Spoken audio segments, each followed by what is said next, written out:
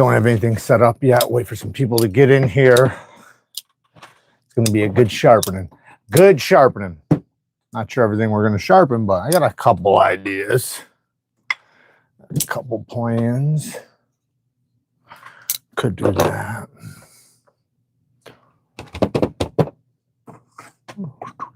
Ooh, we got a little warning we could do.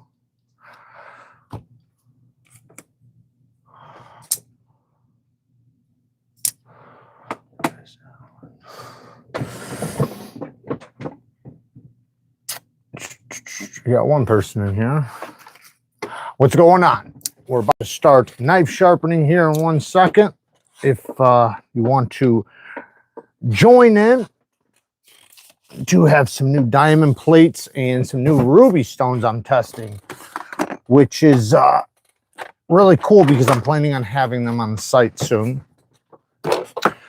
So what's going on, guys? Thank you guys for joining in. So I was just saying so I told you guys before that I haven't done my full ruby video yet because I was in the middle of getting lots of rubies, right?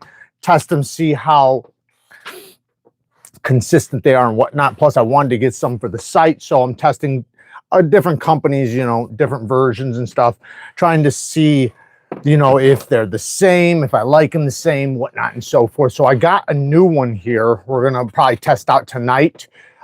If this is good, which I already know it is, we're gonna get them on the site. So, and then this one too. So my worry was like, look at this. See the shades, how they're like different. I didn't know if that was good or bad. Maybe that means this one's better.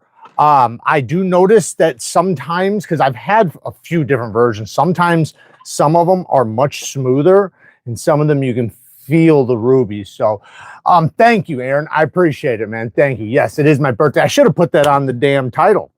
Birthday live sharpening. Thank you, man. I do appreciate it. Man, I should have did that. But yes, I do appreciate the happy birthdays.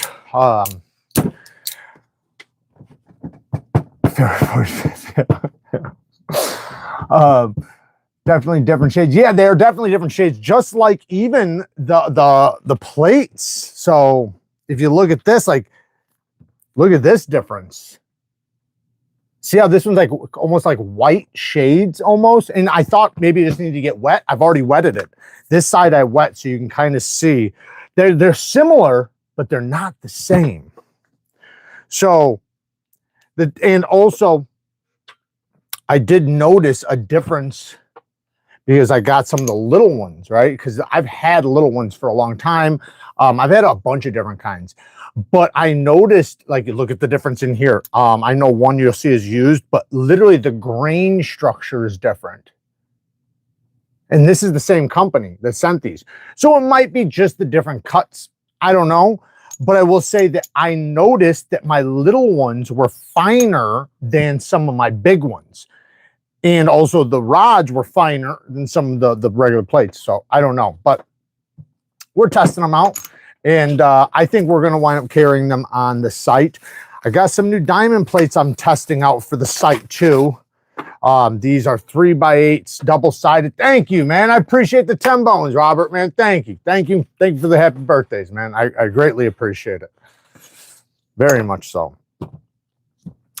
By the way, if you are a member and you didn't see the members giveaway, you should go check it out. There was a lot of winners.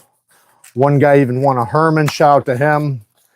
I seen he said there was his first ever giveaway, first ever win on a giveaway. Wow, that's really aggressive. Woo! Maybe I don't know if we should use these this first time. These are, I like them like this. I like them really aggressive, but this is a 100 and a 300. That's awesome. And then what is this one? A 300 and a 12. Seems about accurate. So, ooh, that 100's gritty here. Just listen. Whoo, that fucker's gonna cut fast, boy. I don't mind stones that cut fast. I want them to cut fast because this being 100 grit, it will break into like a 200 grit soon. Hey, Jared, I was just sharpening my Bel Air on a fixed angle. And notice I slightly blunted the tip. Yep. I've done this on a few of my knives and was wondering how I could prove it. So I say this in almost all my fixed angle sharpenings. Go and watch my tips and tricks. I did a video, fixed angle sharpening tips and tricks. Watch that and listen to what I say about the tips on that, and listen very closely, because that is paramount for every single time you sharpen on a fixed angle system. And basically the point is when you're going, let's pretend it's locked in a clamp and I'm sharpening, right? We can go this way so it looks cooler to you guys. Go this way. Always stop as soon as you hit the tip. Don't allow the tip to go past the center point, because otherwise you'll go like this. And as soon as you let it go like that, which is what it's doing, is it's tilting over. As soon as it does that, it rounds it. Like, it's immediate. So never let the tip go past the center of the stone. I say don't even let it get to the center. Like, just go wham right there. Wham. As long as the tip is, hit, you're fine. But don't let it go past, because it's so easy, because your weight is already pushing this direction. So another trick I like to do is I try to keep my pressure on the opposite side that's to the tip. So if this is the tip side, I'm going to keep pressure on this side so that I don't roll it, so I don't go over. It's a teetering point, and when you're adding pressure, it's tough. I'm trying to get the comments to pop up over here, so when I lower this, I can see it. Give me 1 second, guys.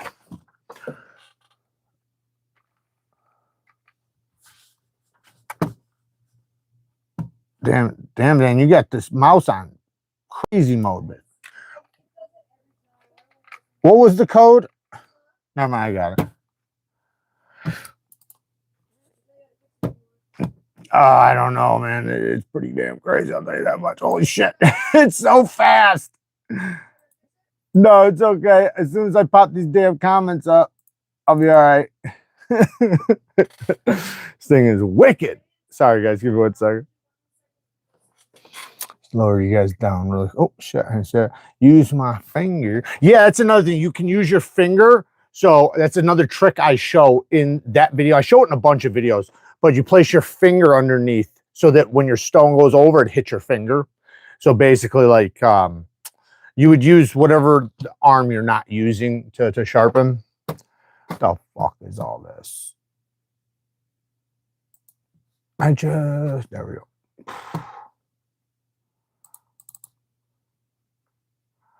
This thing is going to piss me off. Baby, what the fuck is up with this thing, man? I'm not worried about that. I'm worried about this damn pop-up that won't get off the damn fucking screen. I got it now. I'm just trying to get the damn YouTube, man. I don't use this computer much, so obviously. I don't even know if I can do it right there, can I? I can do it here, though. Come on. YouTube. It should be automatically signed in, right, babe? Yeah. Nope. Don't think so. Fucker. It's not. Ah, damn it. I hit the wrong fuck. I hate this damn mouse, man. I know you are. I know you're trying to tell me, but I'm trying really hard not to fucking listen. Oh, give me a sec. Come on. Oh, what's the pin? Passkey. Is it just the computer one? Yeah, I think so. There's something wrong. Yeah. Well, now it's... No, now I'm doing the email. The email? Yeah. Yeah, I know that, but I don't know if there's going to be a password attached to it or not. I thought this is what you set up for me already. This is what I asked you to set up for me. All right, what's the passkey? The password? Yes, or for whatever it is to get into the Google.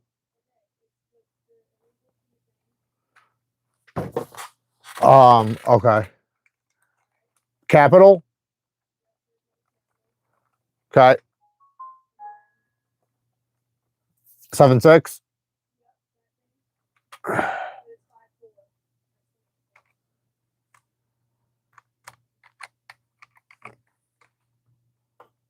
All right. I think I messed that up. Man, listen. Why don't you just come over here and fucking do this shit? Dun, dun, dun, dun. You said by what? 3/4? I don't know. I might have just didn't work. All right, fuck that thing, man. I'm done with it. I'm done with it. I'm not messing with it no more. They're just gonna fucking all leave if I keep fucking with that damn thing, trying to see it. I also got my knife in the mail a couple days ago. Hell yeah. Sent me all the cookery knives. Yeah.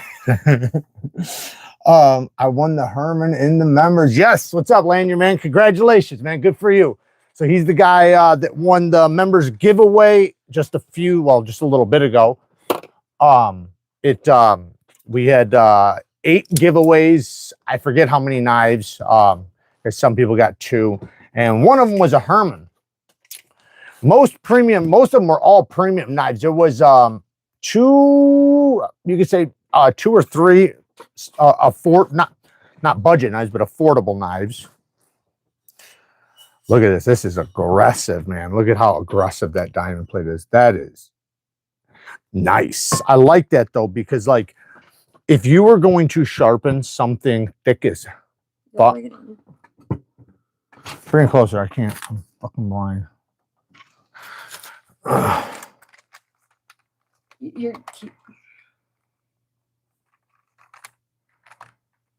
Hold on, bring it back. Is that keyboard on screen? No. Okay.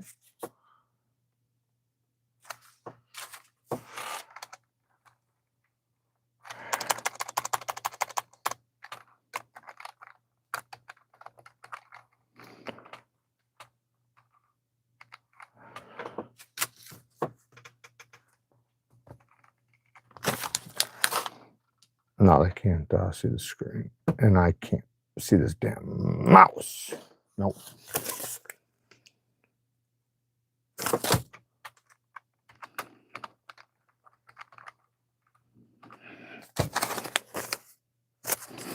Oh, that's the part I missed that.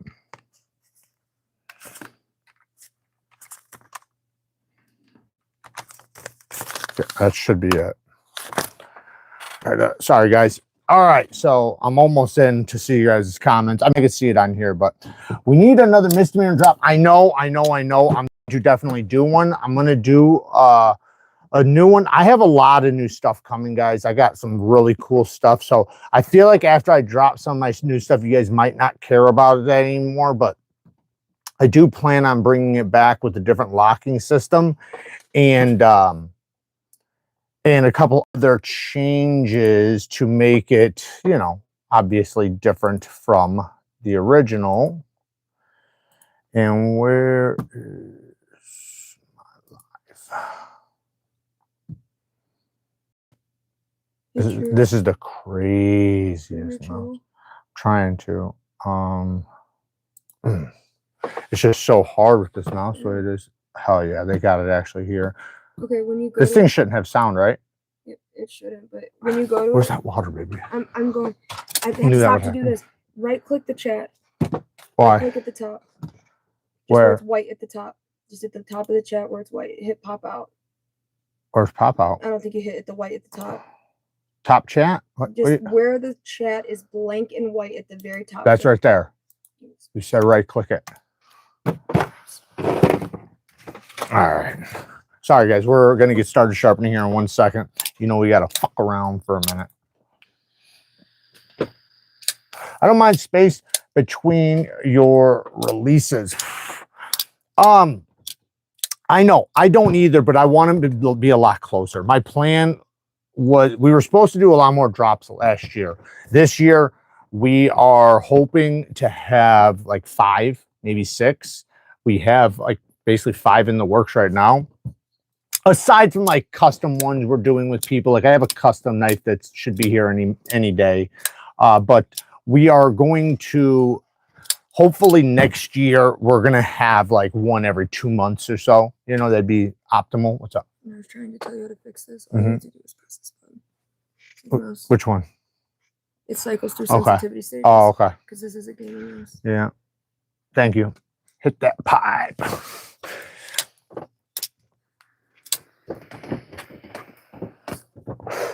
Is this on live chat? It should be. Which one says right there. down? That's it. There we go. Thank you. Just gotta give you a sec. Hey man, just recently picked up a couple of whetstones. Your videos have been a huge help. Still a long ways to go, but your videos make it more. Thank you. Yes. Yeah, man, I have so many videos. I should have posted. I should have put a link to my sharpening playlist, because I have a playlist with all my sharpening stuff, and there are hundreds of sharpening videos, and it teaches you literally every type of sharpening, from fixed angled, freehand, everything in between, all different stones, blades, steels, everything, geometries, which is the most important. What I was just about to say a minute ago is these are really important to get. One, they're just great because it makes sharpening so much faster. You know, anybody who's ever tried to sharpen and they're like, man, it's fucking not going anywhere. It's like, yeah, because you're using a stone that you're not supposed to be using, right? You're supposed to start with something that cuts fast. What's on? Can you just hit Windows Z for me? The Windows key, the square one, the window, and Z. Thank you. When you're doing something thick, especially thick, then you're talking about something that is just by design going to take you a long time. So then you couple it with a stone that's not going to cut fast, you're going to be in a bad way. The left side is only your special chats, and the other side's your normal. Thank you. What's the live tomorrow will be around 8:30 p.m. All right, so this is one of my prototypes that we have in the works. We do have quite a few changes on this one that's already happened. We should be getting the prototype, the second prototype, very like any day. So this is a hollow ground 14C28N harpoon drop point blade. It is very thin behind the edge, so technically I don't need to start on something this aggressive, but I want to break this plate in naturally. I don't like to put a stone on my stone, so some people take a little stone, they rub it on there, and they knock the diamonds down. I don't do that, because to me that I'm just taking like life off my plate. Like I look at it like, man, I just wasted like 20 sharpenings, maybe even 50 sharpenings on my damn diamond plate. Fuck that. I'll just sharpen on there. And yes, if it's a coated blade or something you're really worried about, then yeah, don't use that one. Use something else. This, I'm not worried about if it scratches at all and it's not coated or anything. I might have to move this damn thing right quick. There we go. Now we're talking. So what I'm doing though is I already kind of know my angle because it's my knife and I already kind of know, but you know, just a general spot. Like, so like this is 90 degrees, right? You cut it in half, that's 45. If you cut that in half again, that's 22.5. So right there, you want to drop a little bit more. Just a little bit more is going to get you right around the range. 22.5 is a very tough edge. It's okay. You can do 22.5, but that would be more of a tough edge, less sharp, but that's fine. You can have a tough edge, especially if you're doing a lot of hard work with it. But if you just lower it down just a tiny bit from there, you're going to be right around 17 to 20 degrees, which is the sweet spot. So if you can get right around there, then you can also, I like to take the middle of my thumb sometimes. That's a great spot. I just I pick a spot near the front of the tip. Like here, like say if I pick this line right here that you see on the blade for the grind, say if I pick that, and I'll take the middle of my thumb and I'll place it right where that line is. And you got to make sure it's the exact same spot every time. You can use that as an indicator of where you're going to be. So now what I can do is once I find it, now I just lock in. So now I lock this arm and I don't move it.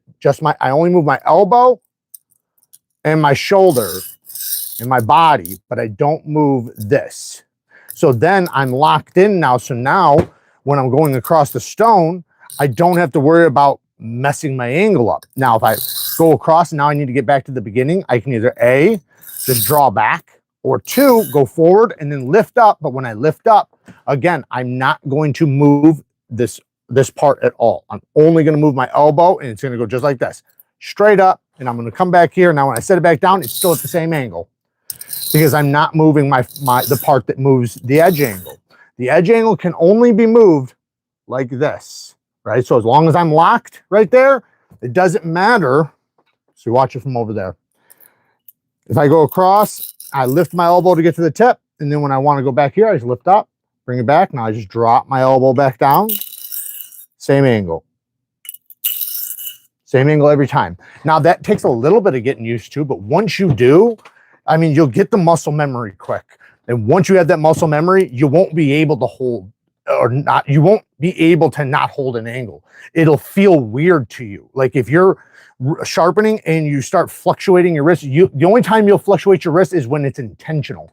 And that'll be like, say, if you need to hit the back of the bevel in a certain spot of the edge. But my point is that once you get used to locking your forearm, it will be abnormal when you're not holding it.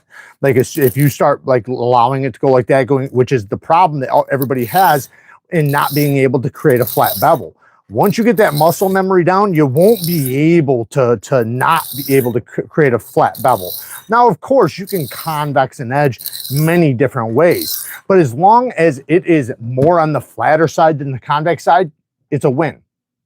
You just don't want it like overly convex, right? It's okay if you have a semi-convex. There's nothing wrong with it. In fact, that could be superior in many ways. Hey, you reviewed one of my uncle's knives. Which one was it? Hey, was that ruby rod a couple weeks back, 3,000 grit? Yes, we're going to talk about the rubies here in a minute because I got some new ones. I have a whole bunch of them because I've been testing them. And I got some, and I also got new ceramics that I'm going to try to get on the site. But I wanted to test these to make sure not only that they're consistent, but they're good, they're the same, and yada, yada, yada, yada, right? So I ordered some online and then tested those, and then I got a company to send me some to potentially put on the site, you know, if I wind up buying them. I'm just saying if I like them. But first I want to test them. I want to make sure that I really like them, and so far I do like them.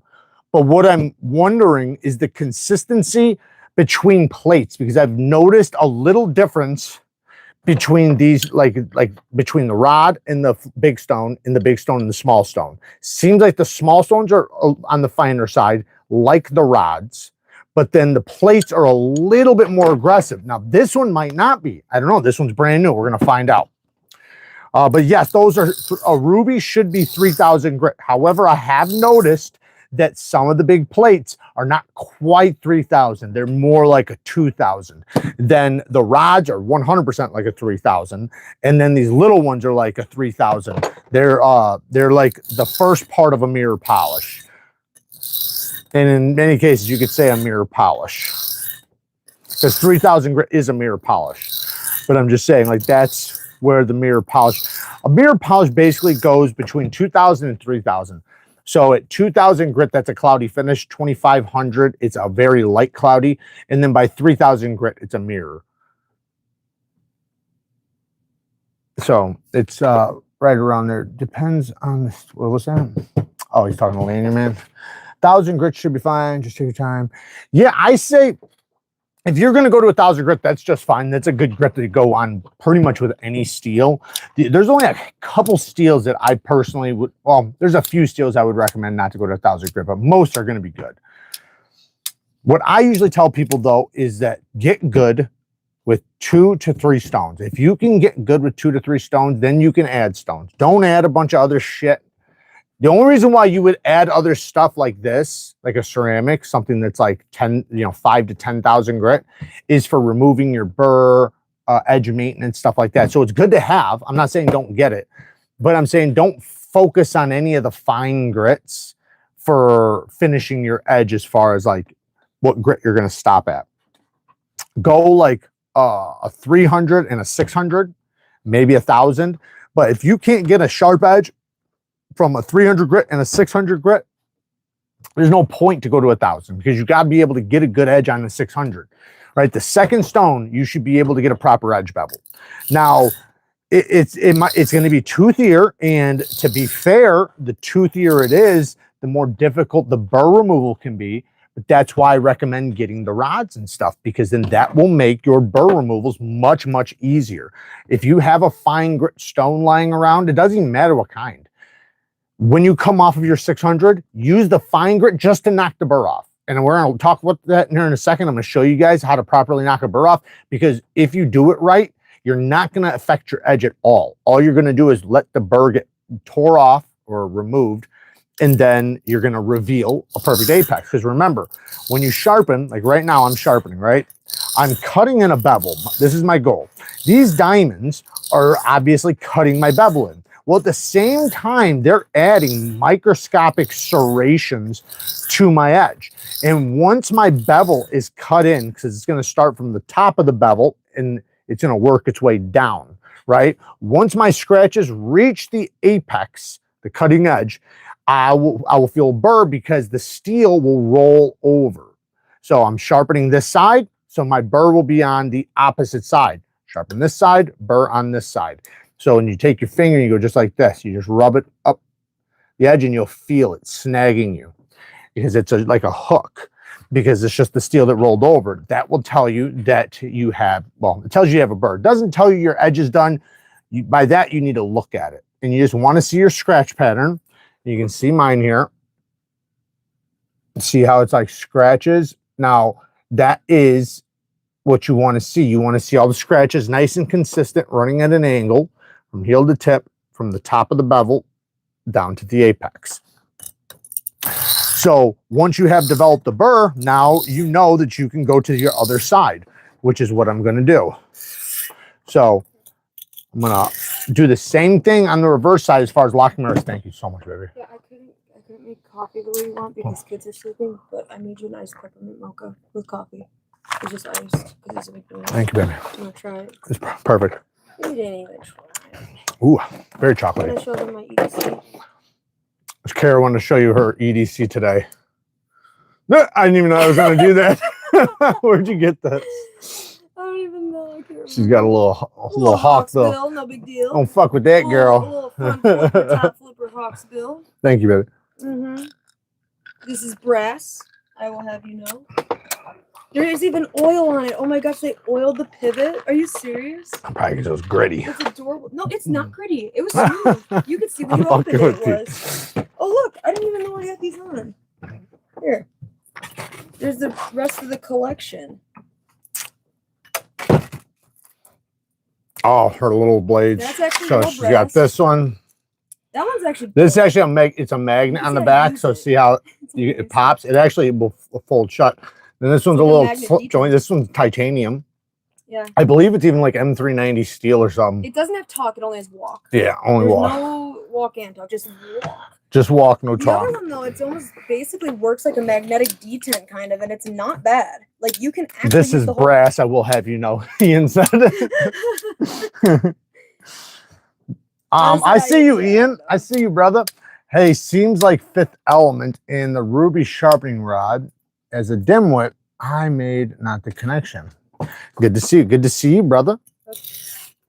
You can literally. Are you flicking it? Yeah, you can open it. Like you can actually flick it. Paul Mills been a member with the Benchmaids for 17 months, man. Shout out to you. Appreciate the support. Hopefully you went and checked out the giveaway video to see if you won anything. This might be the smallest knife in the world. That is very tiny, yeah. That blade is so small. That is a fingernail. It's actually shaped just like a fingernail. It's a claw. It's a claw. No, I'm gonna call it the fingernail. It doesn't reach a claw status. So what I'm doing is I'm doing the pinch grip, you know, the opposite of me going this way, right? I want to go back this way. So I'm pinching it as close to the blade as possible as I want as much leverage.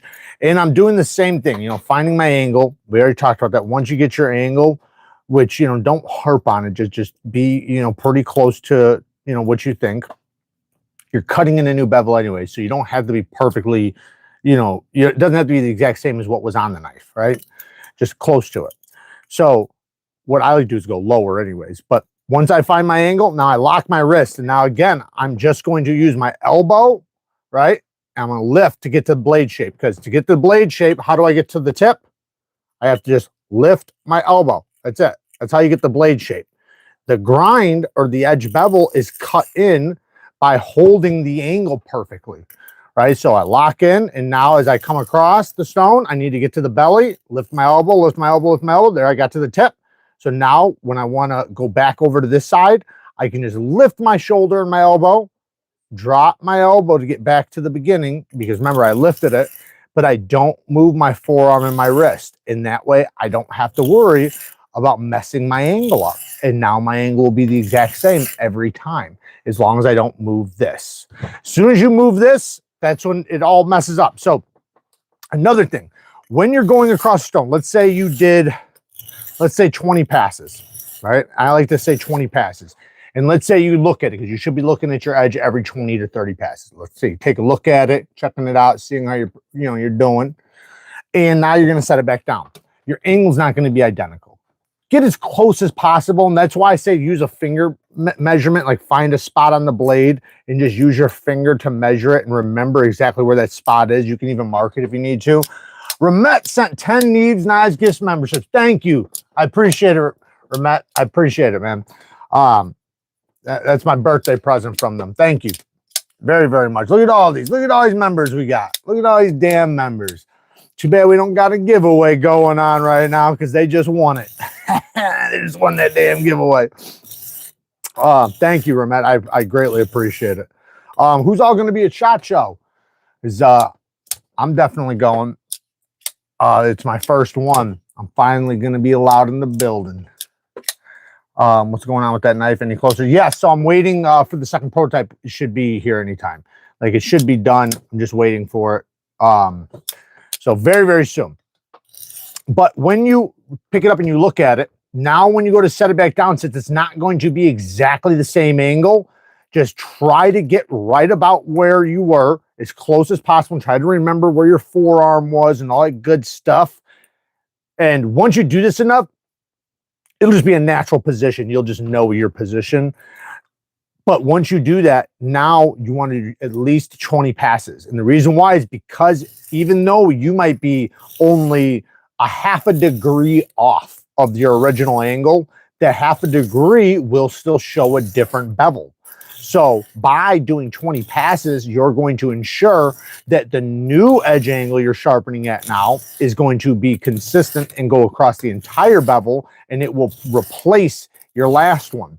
You know what I mean? So that, because otherwise you'll see a line going side to side. So in order not to see that, like if you sharpen a bevel and then you lift it up and you looked at it and you set it down to 2 passes, when you look at it, you're going to see a line going through it because you changed angle. So that way you're basically replacing 20 passes when you're pretty much, you know, when you got your bevel almost set or pretty set. That should be enough to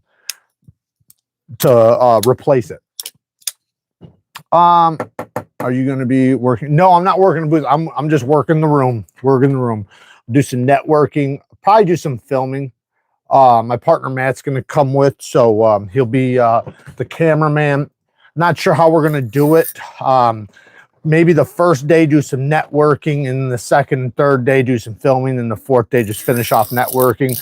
I don't know. We thought about just, it's going to be hell doing some filming and stuff, so we might just do 1 day of filming and then the rest, you know, just running around, you know, hanging out with people and talking to people and stuff. But I don't know. I'm just matching up my bevel. So like once you finish both sides, take a look at it and see how close they are together. You know, if they're about what you want, you know, if there's anything you need to kind of fix. Now, don't get me wrong, my next stone will do all that, but your first stone might not be as aggressive as this one. So right now, I'm about to change over to my 300, which I think, yeah, this side. So this was a 100, this is a 300. These are pretty good diamond plates. I might be picking some of these up. Ray is going to be there working with Fairmont. Is he? Bees is going to be working the booth too. I think Kaiser, Bees, but Ray definitely there. I did not know that they were going. That's awesome, man. I'd love to hear it. Yeah, it's my first one. I'm excited. I don't like to take Rex 121 over 600 grit, but I prefer 400 to 600 on there. You can go up to 800, but it likes a toothy edge. It's a steel that prefers a toothy edge, and it does better with the toothy edge. The higher you go, once you get over 800 grit, it's going to go down. Like, now, it's hard to explain this, but if you're fixed angled sharpening and you're doing a very low edge angle and you're going up to a mirror polish, that shit will be brutally sharp. But the second you use it, it's just going to go dull. Not dull like it's not sharp and it won't cut paper, but dull as far as bite. It'll just lose all its bite. because it doesn't have any toughness to really hold that true apex. So while it'll still cut paper and everything, it just won't have the bite. So that's why you want to sharpen it with teeth so that the bite stays. Thank you, Gamma Ray, man. I appreciate it. Professional, been a member with Benchmates for 24 months, man. I appreciate the support, man, very much. Yeah, we are looking really good. So I'm gonna replace the 100 grit with the 300 grit now. And if you notice, when you get bevels like this, like I can almost just turn with this blade shape rather than even lifting my elbow. Like if you just watch like how when I'm going across, I kind of just rotate around and it kind of just naturally covers the whole blade shape. Now that's not going to work with anything with a big belly, but this especially works with like chef knives and blades that have like this style shape. You know, this is kind of a chef knife shape in a way. So any types of shapes like that works really, really well with the back and forth trick where you're like this. So basically like if I had a, I should go grab a chef knife right now, but like this. Where you're just literally just rotating. So you're basically just locking in and now I'm just rotating, then rotating back. Rotating, rotating back. You know what I mean? Back and forth. Or you can go forward and out and then just lift back up, forward and out. And I'm lifting. It just depends on what's more comfortable for you. I've noticed, because when people ask me, well, what do you think is best? It's all about the knife, the way you feel, the steel, the stone. There's times, man, I need to go back and forth on the stone. And there's times where I need to lift off because it's just the way it's working, how I feel, my forearm feels, all these little details. So whatever's the most comfortable for you, which allows you to hold the best angle. That's just the way it works. Yes, I do have a video explaining what grit you should put on each steel, what's proper. Now, there always is variables, but that's considering all the variables are there. Meaning the heat treatment's good, it's got a good HRC, and it's got proper geometry. But geometry does count, you know. Like if it's something really thick and you're putting a low angle edge versus something really thin with a high angle edge, blah, blah, blah, blah, blah. All right, so we finished that side really quick because once you get past the first stone and you cut in your bevel, all the rest are fast. Like right now, I'm kind of taking my time as I'm showing you guys, but this could go incredibly fast from here because these are so aggressive. These are brand new diamond plates. They're low grits. So these like demolish steel. I could have been done way past this like minutes ago. Yeah, a little bit farther.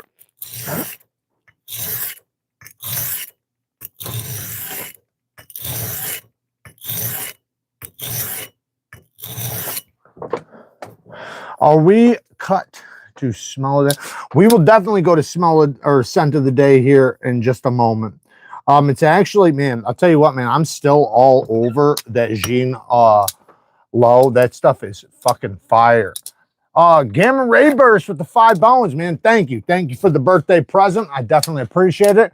This is the best sharpening channel in information on YouTube, hands down. Learned so much from you, man. Thanks for the info. Absolutely, man. I appreciate the 5 bones very much. It is my birthday, by the way, so I appreciate you guys being here with me. 1095. So 1095. So that's because that steel is going to be on so many things. What is it on, right? Because that is going to depend. Is it a chef knife? Or is it like a slip joint? Yeah, like if it's on a chef knife, I would say you can go up to 1200 grit easily. It'd be fine. It'd be good. I would say 800 to 1200 grit, maybe even 2000 grit. But with like a little slip joint or something, I'd go 400 to 600 grit.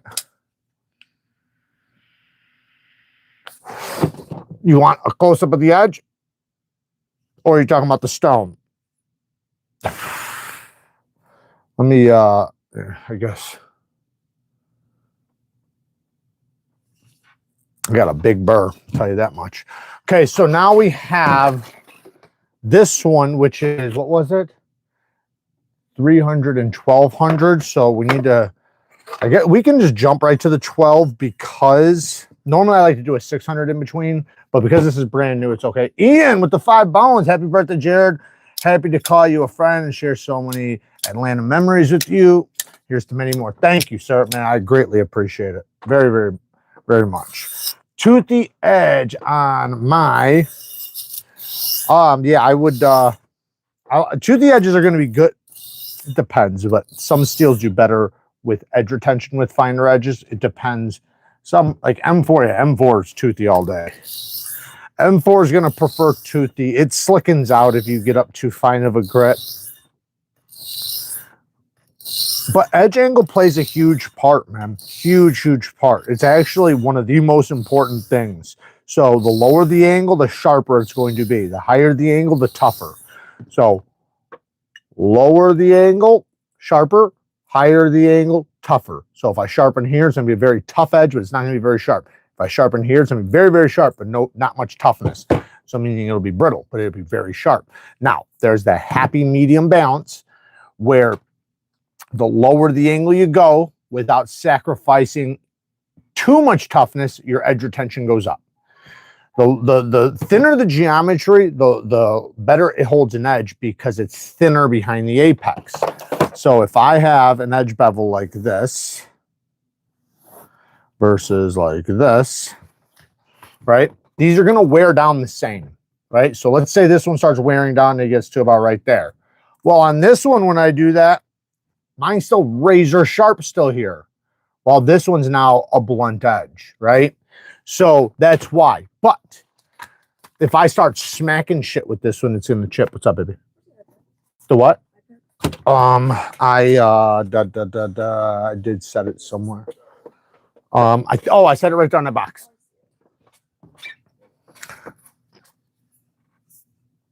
Okay.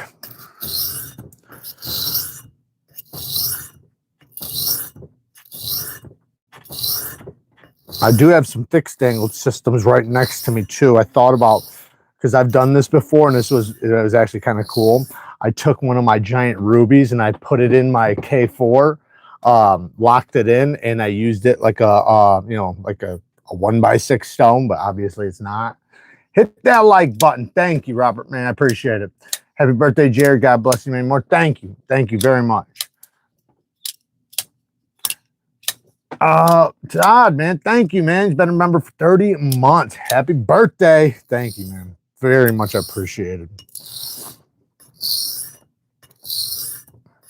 Yeah, it's crazy because Kara's birthday is here in just a few days too. And then my sister's birthday is literally right around the corner, like the very start of February. A lot of people's birthdays coming up. Okay, that looks good. Rex 76. Yes, Rex. So as far as right now goes, I would say yes. So Rex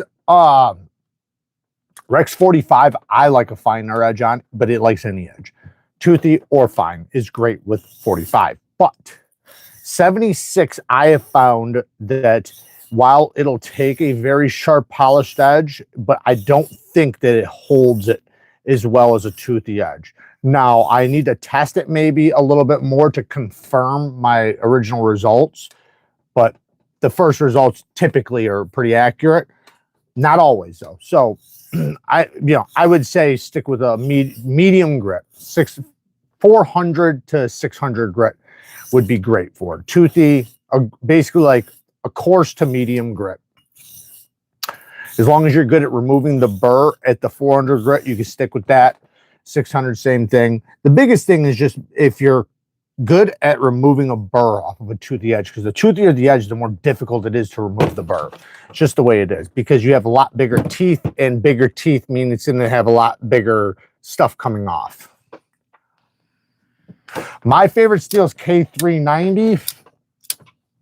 I'm curious about Magnamax. I want to test that a little bit more. It's supposed to be kind of like a stainless K390 or some shit like that. But I love K390 because of its ability to take a fine edge and hold it, and then also a toothy edge. It likes toothy or fine, it doesn't matter. It loves aggressive, very aggressive edges or very fine edges. It loves low angle edges. It holds an edge forever. It's very easy to hone and strop back. I find it's easy to sharpen, but I mean, everybody's different. Hey, 81 with the 5 bones. Thank you, man. Happy birthday, brother. I want to know, how do you know which grit to put on a knife? Like the factor to turn. So I base it off of whether or not it can hold the bite. So like, say if you go to 1,000 grit and you start cutting, let's say 200 feet of cardboard, right? Let's say you cut 200 feet of cardboard and all of a sudden now it's slick and you can just run your fingers back and forth on it, right? It might still be sharp, kinda, but a slick edge is a dangerous edge because what's gonna go first is the bite. And when the bite goes, that's when you start slipping out of cuts. Like, you ever try to cut a rope or a plastic strap and you go to cut it and it just slips right off? The reason why is because your edge didn't have teeth. If it had the teeth, it can't slip because it's biting, kind of like a saw blade. But when they're gone, now it's just slipping. So that's what winds up happening. Now, say you took a toothy edge and you did the same thing, and after 200 cuts, it was perfectly fine. It still had a lot of bite. That's one way. Another way is edge retention, because you have different versions. So you have fine edge and working edge. Your fine edge is basically like hair shaving sharp. Your working edge is basically paper cutting sharp. But then there's bite, right? Which is another one, another indicator I like to go for, because bite, I think, just because I can cut paper cleanly doesn't mean I want to cut abrasives cleanly, because like I said, it'll slip. So I play that into one of the most important, because edge sharpness is just as important as, or I'd say, yeah, I would say toothiness, or not toothiness. The bite is just as important as the sharpness. Not sure if I had keep going, but I'm doing it now.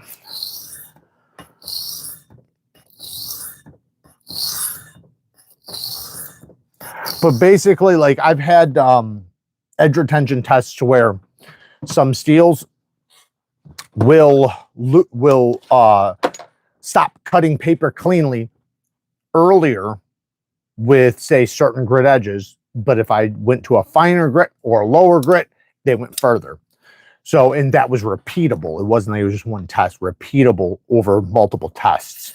And then that, you know, that tells you like, okay, well, this steel prefers this type of grit because it's going to cut longer, right? It's going to hold an edge longer. Now that's through a specific, to be fair, you know, it's a controlled test, but it's one specific type of material I'm cutting. So maybe that would be different cutting something else. You know, I can't say because I haven't done that far. That'd be an interesting study. But we have done a lot of rope tests and cardboard tests in the knife community that are very easily researchable. You can easily find them online, and you can see that a lot of people's results are the same. Not all of them. Some are different. Some people are going to be able to sharpen better. Some people's cutting, you know, ability is going to be a little bit better, maybe a little bit cleaner. There's going to be differences, but of course, though, right? All right, we got to lower this angle just a little bit. Oof, we raised it just slightly, so.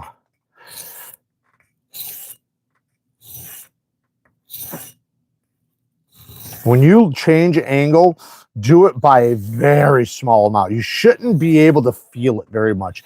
It should be so little, it should be almost like you're just like applying a little bit of pressure, you know, because the difference between 1 degree and 2 degrees is like nothing, you know. Why would I use a ruby versus a strop diamond emulsion? Malcolm with the 2 bones. So they're 2 different things. So a leather with an abrasive is going to be used, is going to be used for clean. So you have the micro serrations, right? Those teeth, right? That's your micro serrations. This leather, when you're coming back, it's cleaning in between those micro serrations and at the same time sharpening them, right? It's cleaning them out, making them more keen, and also adding little microscopic teeth because it's diamonds. When you're using a stone, you are replacing the teeth. So you're not cleaning them at all. You're more basically taking the teeth and letting any of the more brittle ones, the ones that are kind of flimsy, get ripped off, and you're replacing them with new teeth. That's basically the idea. And then the strop is going to clean in between the serration. So it's kind of just two different things. Now, if you're talking about a rod, this is going to be used for micro beveling. You can use it for honing and burr removal. It's used for a lot of different things. But like a burr removal is something that where you're not using pressure, right? You're just like, it's like no weight. You're just letting the blade or the burr touch the stone so that the burr just kind of snags the stone and gets pulled off. When you're micro beveling, you're adding a little bit of pressure, not a lot, but a little bit. When you're honing, you're trying to find the exact angle and you're going very gentle because this is round. So think of it like a needle, right? It's a needle on your edge. When I'm going across this, all the weight is distributed across this. When it's like this, there's no weight distributed anywhere. All the force is pinpointed onto one spot on my edge. Just like if I took this knife right now, right? If I took this stone and I put my body weight on, it's not doing nothing, right? But if I did that with this fucking knife right now, because it's in a pinpoint spot, it's going to go through the table, right? Same thing with that ruby or with any round stone. That's why you don't want to add a lot of pressure because it will be very effective to the edge. It's a pinpoint spot. So everything is based on pressure with rods. Everything, depending on what you're doing, will depend on the pressure you want to use and how you want to use it. Let me raise this side just slightly. So right now, I'm just adjusting my bevel a little bit. My bevel's fine on both sides, but one side's a little bit bigger than the other. And I figure we're on the 300 right now. Or no, sorry, we're on 1,000 right now, but it's toothy enough. So just fixing it up. Normally 1,000 grit's not going to, you're going to want to drop back down if you're going to want to do this, but this is a brand new plate. It'll be just fine. It'll survive. And plus we can always flip it, break in the other side. Hear how aggressive that is. But I'm really trying to test these out anyways, because I want to see how long they last and make sure they're good diamond plates to put on the site.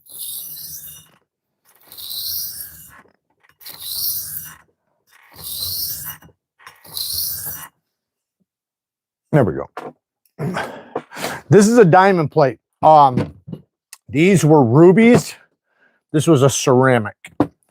I have some vitrifieds, but I did not pull. I mean, I got them behind me, but don't have them on the table, but I can grab them.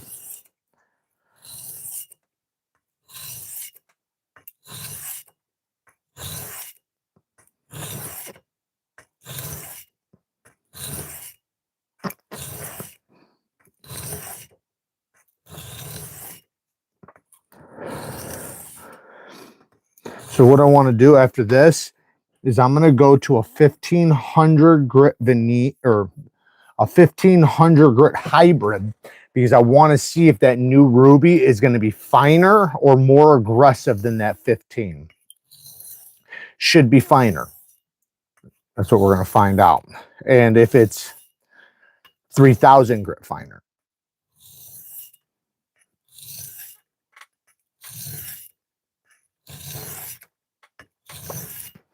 This should be good. Yeah. Just got a pair of Sorg Cryo D2s. Any recommendations for sharpening? 600 grit. 600 grit. Always with D2. Sorg. You always want, is this the right one? Nope. You always want 600 grit with that, with D2. D2 is a steel that does best with a toothy finish. That doesn't mean you can't go up to 1000 grit or 1200 grit even if that's what you want, but it does do best with the 600. Hey Brandon, man, thank you, man. Thank you for the happy birthdays. Thank you for the 5 bones. Happy birthday, Jared. I'm hopefully going to be able to get that mini psyop from you next week if you will be available. Yeah, just let me know. But I'll tell you what, man, I recommend the medium. I recommend the medium or the large more than the mini. But if you want the mini, that's cool. But the minis, they're not as good. It's not even that they're not as good. Let me be clear. It's because they are all micarta with very small liners. They're ridiculously light. For me personally, everybody's different, right? I don't mind light knives, but a light knife to me is, I don't know, like this, you know, this is a light knife, I guess. The new Buck, this thing's very, very light. It's aluminum scales. It's super, super slim, right? The Voss Steed Mini Psyop, the mini, not the medium, not the titanium one, the micarta. It's all micarta with the crossbar lock. It's so light, it almost feels fake. Like it almost feels like there's nothing in your hand. And that's the only reason why I say that. And for some reason, that plays a part in my brain and says I'm not as good a quality as the other ones, because the other ones, you know, are a little bit more robust. Now, what I'm doing is I'm doing a reverse pass because my burr from me sharpening, my burr's flipped over, right? Remember we talked about that earlier? So now when I go across the stone, the burr is just going to snag and tear over my stone. So I don't want to just rip my burr off. So what I'm going to do is I'm going to do a reverse pass. You can see the burr, what it did right there. I'm doing a reverse pass so that, here, maybe I can back this up. I'm going to go like this a little bit for you guys so you guys can see better, because I know the comments are right there. That way, it gets out of the way, and now I can go ahead and do my forward passes, and now there's no problem. Now I don't have any ripping or tearing, the ripping and the tearing. Let's see, it recently started dying. I don't even care. I go for it, man. I don't think there's no problem with it. I don't mind any man fucking trying to take care of himself, trying to look good. I think that's always a good thing. I don't think there's anything wrong with that. I used to be that way my whole life, man. And I'll tell you what, man, I've watched men fucking destroy themselves, man. You gotta think like my dad, right? My dad paralyzed on the job site, never gave a fuck. By the time he died, fucking 60 years old or some shit. I don't even think he was 60 yet. I guess he was like, I think he was like 58. But anyways, his feet were like falling off. Like even before he got paralyzed, like his feet were like rocks. And I remember looking at it like, man, that's how my feet are gonna be, you know, when I was a little kid, because he just didn't take care of them. You know, he didn't take care of me. He didn't give a fuck. When he got paralyzed, then he really didn't give a fuck. Like he was trying to get his legs cut off for years, and finally he was successful. But you know, it all plays a part in, you know, whether or not you care about taking care of yourself, and it does trickle, man. It does trickle. You do it in one way, you're going to do it in another. If you ignore it in one way, you're going to ignore it in another. And I've just watched so many fucking people die that it's heartbreaking, you know. So I think it's better to take care of yourself. Try to be there for your loved ones as long as you can. Take care of as many of them as possible. Because how the fuck can you be reliable to those if you're falling apart too, you know? So like I said, I think it all trickles down. If you're willing to take care of yourself one way, or if you actually care about the way you look, to care about this, you care about that, it usually plays a part. And now, you know, it doesn't mean we're not all fucking, you know, gonna fucking do bullshit and, you know, and mess up, and, you know, we're not all gonna be fucking perfect. None of us are gonna be perfect. So, you know, if you're in a worse spot than somebody else, there's somebody in a worse spot than you, man. Promise you that. Not everybody who looks like they're in a fucking good spot actually is. Let me tell you that. Fuck, man. I spent years in bad spots. I just lost my wife of 20 years last week. Oh, man, I'm sorry to hear that, Mark. Man, that sucks. That sucks, man. My mom just, well, I just had an aunt break her neck. She's fine. She's alive. But, and now my mom has to go get neck surgery. So, shout out to my mother. Such an angel. Such a sweetheart. But this is 1500 grit. So what I'm doing is I want to get the 1500 grit scratch iron. The only thing is that the last one was supposed to be 1000 grit diamond, but since it was new, it was a little bit more aggressive than it should be. Hey, Voo, man. Thank you, man. He sent 5 NEEVESKNIVES memberships. Thank you, sir. Appreciate the birthday gift. Getting some members in. Hell yeah. Love it. Shout out to all the new members. Some of you are probably in here. I don't know if that's how it goes. Sometimes it's random, just random subscribers. And sometimes it's while you're in the chat.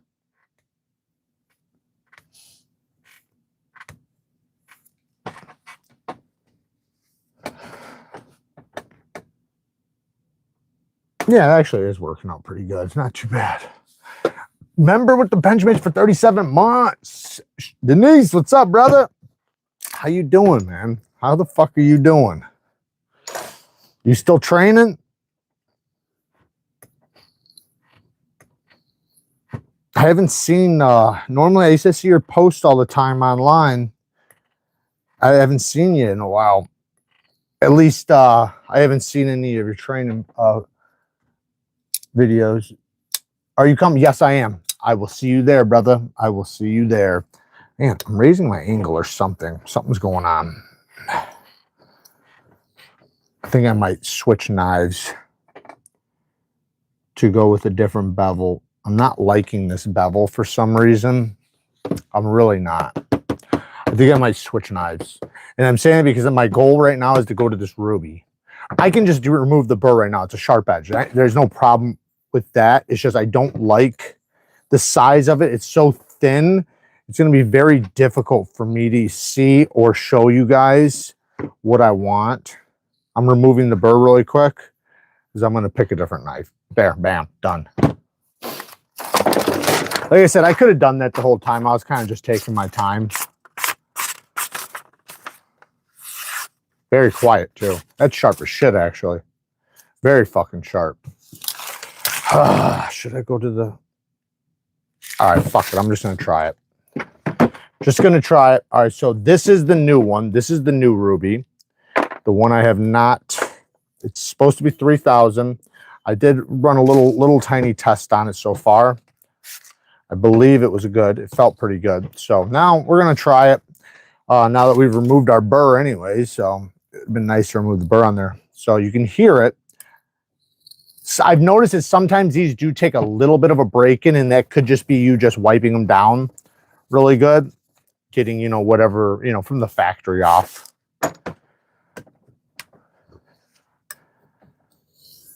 There we go.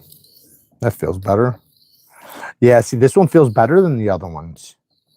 Like I said, this is a different company. Even though they look the same, like the holders and stuff, those holders they put on so many different stones from different companies and factories. It's just kind of a standard thing.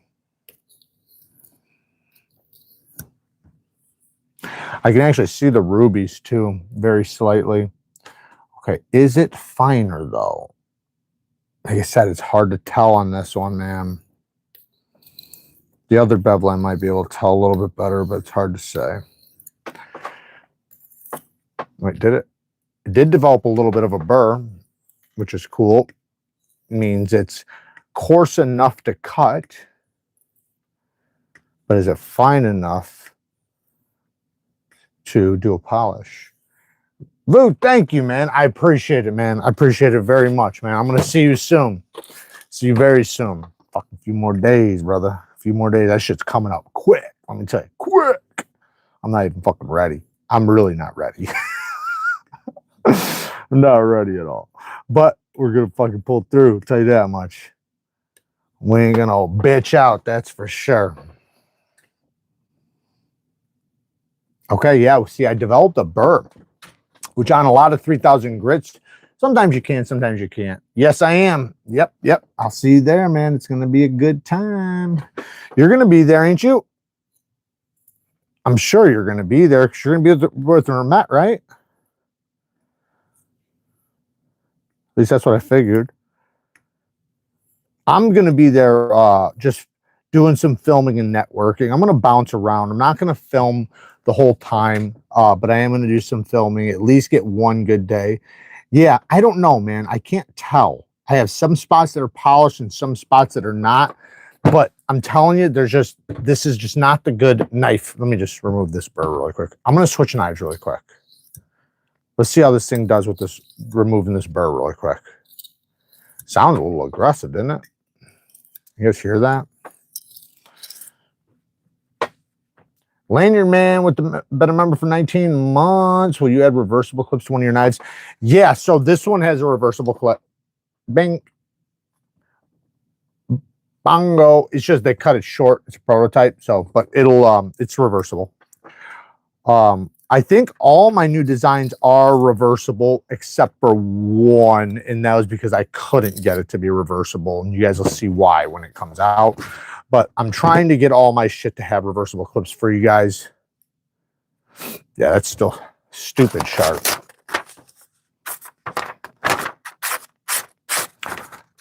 A little bit more aggressive because I still feel the burr a little bit. I can hear it too. There we go.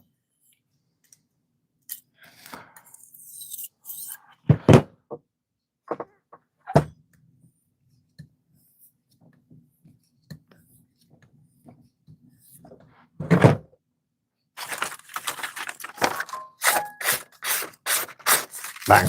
All right, let's get to a proper knife that that I can, not that this isn't proper, but the bevel's just too tiny. It's too thin behind the edge, which is great for cutting, and it makes fast sharpening. Like I said, I could have been done with this in 5 minutes. I was kind of putzing around, you know, showing you guys. I need something with a little bit bigger bevel. I don't know if I want to go to something like MagnaCut. I haven't sharpened their MagnaCut yet, and Buck tends to leave some crazy grinds sometimes, so I'm a little scared to do this one right off the bat with you guys, because like, look at this. Small bevel on the tip, big bevel on this side. It just shows me I'm going to be, and because like I'm a little bit crazy with this shit, so I'll wind up fighting that shit like crazy, trying to get the most perfect edge possible. So let me grab something else. Let me find something. What we got here? Got this guy. I like this one. This is such a great knife, guys. Such a badass knife. The Neeves with the 5 crackers. Sorry, Jared can't take part that often lately. Working my ass off as a roofer since a couple of months now. Hey, man, I've been there, man. I've done roofing. I've done fucking everything, man. And that's a tough job, man. Good for you, though, man. Fucking good shit, man. Hopefully, you know, you should be proud of yourself, because you know, it's like we're always, you know, thankful for military men, and, you know, thank you for your service. But I always say, man, you should be thankful for the blue collar workers, man, because you should, like, I like to say, thank you for your services, because to me, those are the guys that keep the fucking world going around, man. Cities can't do nothing without blue collar workers. If there's not blue collar workers working 24/7, the city don't run. The lights aren't on, the roads aren't working, nothing's working. So, you know, it's a blessing we have amazing blue collar workers, man. So good for you, man. And we are going to find a knife. I'm looking around. Let's see what I got in this pouch. Let's see what I got in this pouch. That one's got such a sharp edge right now. I don't really want to mess with it. What do we got here?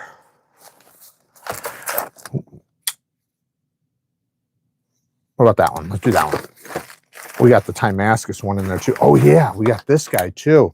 Oh shit, I already sharpened that fucker. I put a mirror on that bitch. Here's one of the other ones of this same design.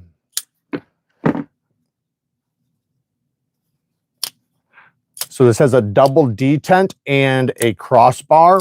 So instead of using the crossbar as the detent, it has that and the double detent. We'll see how the second prototype comes out, but I do have some other stuff that I'm very, very, very fucking excited about. All right, let's get to real sharpening now. So this bevel's going to be much larger for you guys. It's a flat grind, a little bit thicker. What grit is this? 300, 1600. Oh, I didn't know we had a 16 over there. And then this was the 3 and the 1. So let's go 3. Cut it quick. Cut that bitch quick. What's the bag? This is Viperade. It's actually pretty good because you can take these slits out, so you can just tear that out so you can pass them around or whatever, and then just slap them right back in. And, you know, it fits up quite a few knives, man. So I'm definitely happy with it. The nicest ones are definitely the hard cases, but those are really good, man.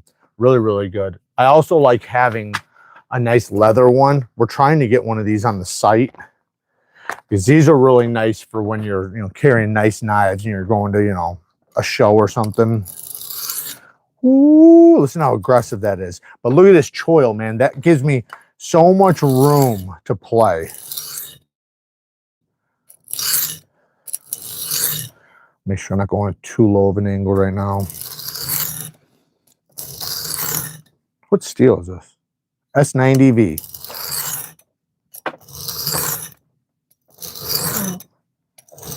The only thing is, man, fuck, S90Vs, I mean, S90V will be fine. S90V with a polished edge, it does well with a polished edge. It just doesn't do as good as a toothy edge, but it does do okay. So, you need to be there. Send the link to that bag. Okay, I will. I absolutely will. And I appreciate you asking me for that because that's fucking badass. And any of you guys in here, if you guys ever need a link for anything, I don't care what it is. I don't care if it's diapers for your children. Let me know. DM me on Instagram. I will send you a link as soon as I see it. I promise you.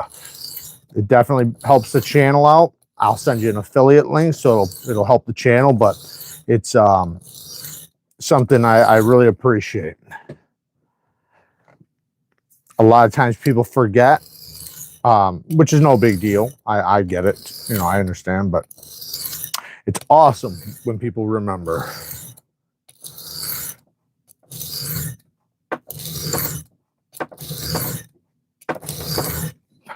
So what I'm doing, and you can see how much bigger this bevel is going to be because I'm going with a lower angle, so it's much thicker. But with this one, because of the shape, this is a very easy one to hold the angle on. One, the handle is very neutral. I can choke up to the blade, but look at this. Yes, it has a bigger belly, but it's not too big. You can see right here, in order for me to get to the tip, what do I got to do? Lift my elbow, right? So lift my elbow. So as I'm coming across the stone, I just lift straight up, bam, and I'm there. And then, so it's very easy to follow that. Is you just,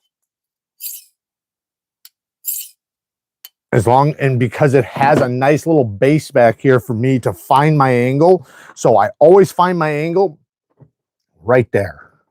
So that's where I care about. I don't give a shit about the rest, where to find the angle. I only care about it right there. So I kind of remember where I lock my wrist. That's one thing. And then I use the tips of my fingers. Like I might use, you know, like a little spot on my finger to kind of be a little bit of an indicator. So I have two things guiding me. I have my wrist letting me know, my fingers, and then these fingers right here. And then I'll know, you know, because I'm focusing right here. And once I'm in that little spot, that groove, now I go across and I just lift my elbow so you guys can see. There go. Oh, you guys still can't see it. As I'm going across, I just lift my elbow.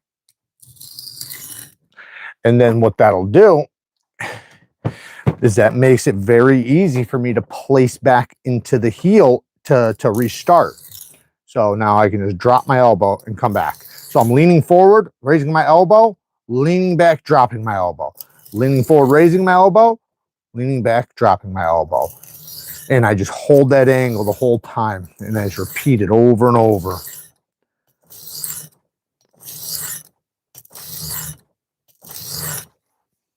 And now we're not going to finish this side completely, but we are almost done. You can see how big that bevel already is. But look at how flat that fucker looks. It looks beautiful. We're going to work on this side just a little bit, just to kind of even it up. Just got my first diamond stone, the Sharpall 325 1200 combo, and I'm going to start practicing on dirt cheap Goodwill kitchen knives. Well, that's awesome, and I'm happy you got those. I wish you would have used my link when you got them, but what you should do is not use, don't reference whatever happens with those knives. Don't judge anything based on those knives because they're no-name steels with shit heat treatments. They're probably 54 HRC. They're gummy. They're probably very difficult to sharpen. People always ask me, what's the most difficult knife you've ever sharpened? Gas station knives. That's always the hardest. The hardest is always gas station knives because they're not properly heat treated, right? Remember, they're heat treated like on a conveyor belt. Like they're literally hundreds of knives are going down a conveyor belt, going through a furnace, getting heated up, and then just getting cooled off, like getting dropped in a tank. Like it's not fast enough. Like, so they're never going to be a high hardness. So because of that, They're very difficult to remove the burr. It doesn't take a very sharp edge. There's just lots of problems. So what I would recommend is like a Civivi or a Sencut. Civivi and Sencut are budget knives, very affordable, but they do good quality heat treatments on proper budget steels. For the KO3, if you're gonna go, it depends. I would obviously, I'm gonna be, you know, that type of guy, and I'm gonna promote my own shit. I would get the hybrids from Neeves Knife Co. These are the best, but they are expensive. So if you can't afford hybrids from Neeves Knife Co., then I would say there's other budget options I can give you links to for bonded stones that are much, much more affordable, but they are much, much cheaper quality. But if you want just diamond plates, the best are Hapstone Starts. You can use my Hapstone link. It's down in the description right now. Just go to the description of this video. Go to Hapstone, click the little hamburger in the corner. It'll say like diamonds and CBN or abrasives or, you know, for stones. And then click that and then look for their 1x6" starts. They're called Hapstone Starts. You want the 80 grit and then, you know, the rest of them, whatever they are. You don't need all of them. You need 4. You need like an 80, a 300, a 600, and a 1200. That will be perfect. Or something around those. But get the 80. The 80 is going to be badass for you. Oh, yeah. Okay. This angle went way faster. Sometimes you'll get that one side will go like twice as fast. So I'm doing the same thing. I'm just lifting my elbow and then dropping and leaning forward. Leaning back, lifting my elbow, dropping forward, drop my elbow. Good call. Pick one up. Mostly using those to practice holding an angle and using the Sharpie method to check how I'm doing. So the Sharpie method works, right? I never tell anybody not to do it, right? I don't ever tell anybody to do it though. I usually try to teach people to watch the scratch pattern because the scratch pattern is even better. It's more effective, more efficient. And once you understand it, you will never even use the Sharpie trick because it won't make sense to you. It doesn't make sense. It's like right now, if I told you to like look at this knife right now, and I told you put on some glasses to see it. If you can already see it, you're like, why would I put on fucking glasses? It's kind of the same thing with the Sharpie trick. If you can already see your bevel and your scratch pattern, you don't need a Sharpie because you can just see it. So when you identify right when your scratches and where your scratches are and all that, and the more you can see them, the better that will be. And with a Sharpie trick, it can affect that a little bit, but there's no problem using it. A lot of people love it. Like I said, and I've never tried to tell anybody not to do it. You know, if that's what works for you, do it. Do what works for you for sure. You know, just because it's something I do doesn't mean that's something you should do. I try to just, you know, teach what I like to do. But the Sharpie trick is definitely a method that works for a lot of people.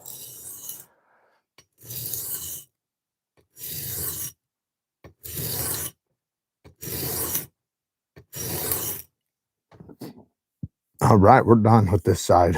Now we just need to finish this side because we did not finish this side. And then we will be ready for the next stone. We're going to work our way up to that damn 3000. Bevel should be big enough. Now, here's the thing. It is much easier to hold your angle on the lower grits than it is the finer grits. Much, much easier. Oh, my bevel went really big on this side all of a sudden. So there's a misgrind. So this is the problem. You're gonna run into this shit all the time.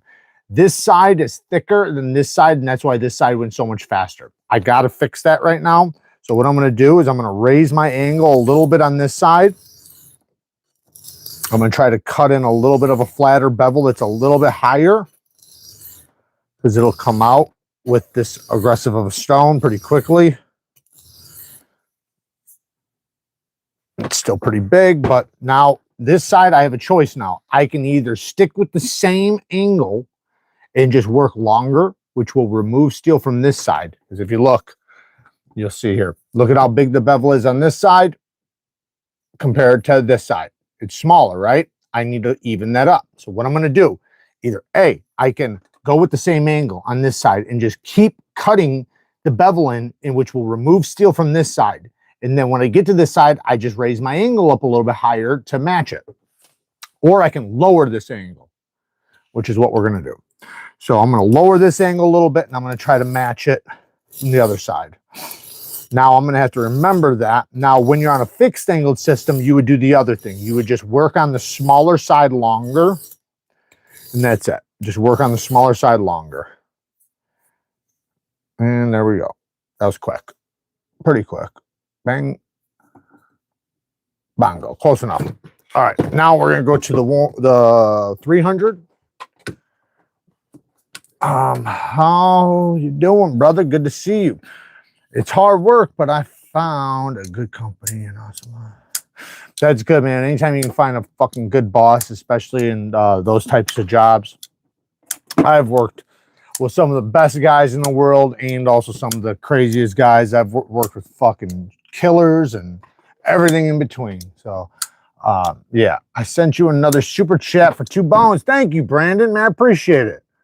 Oh, yeah, I see it. Thank you, man. Thank you so much, Brandon. Appreciate it, brother. I'll go for the medium psyop then. Fuck yeah. I don't even think they're available until you can get them. I think they're all sold out too. So, not sure about the minis. Those things tend to sell out though pretty damn quick. Anything that's really badass, like even this new CJRB with the top liner lock, this is a dope ass knife. It was smart for them to do this locking system with this. Sorry, Jared, I can't take part that. Oh yeah, I read that one. I recently bought the CRKT Fossil and Sencut Bronze. What are your thoughts? I like the Bronze. I think the Bronze great. I can't think of what the Fossil is though. Wonder if I have one. The Bronze is awesome though. Great knife. I like the neutral ergos. The dowel blade shape is also really good, and it is a great user.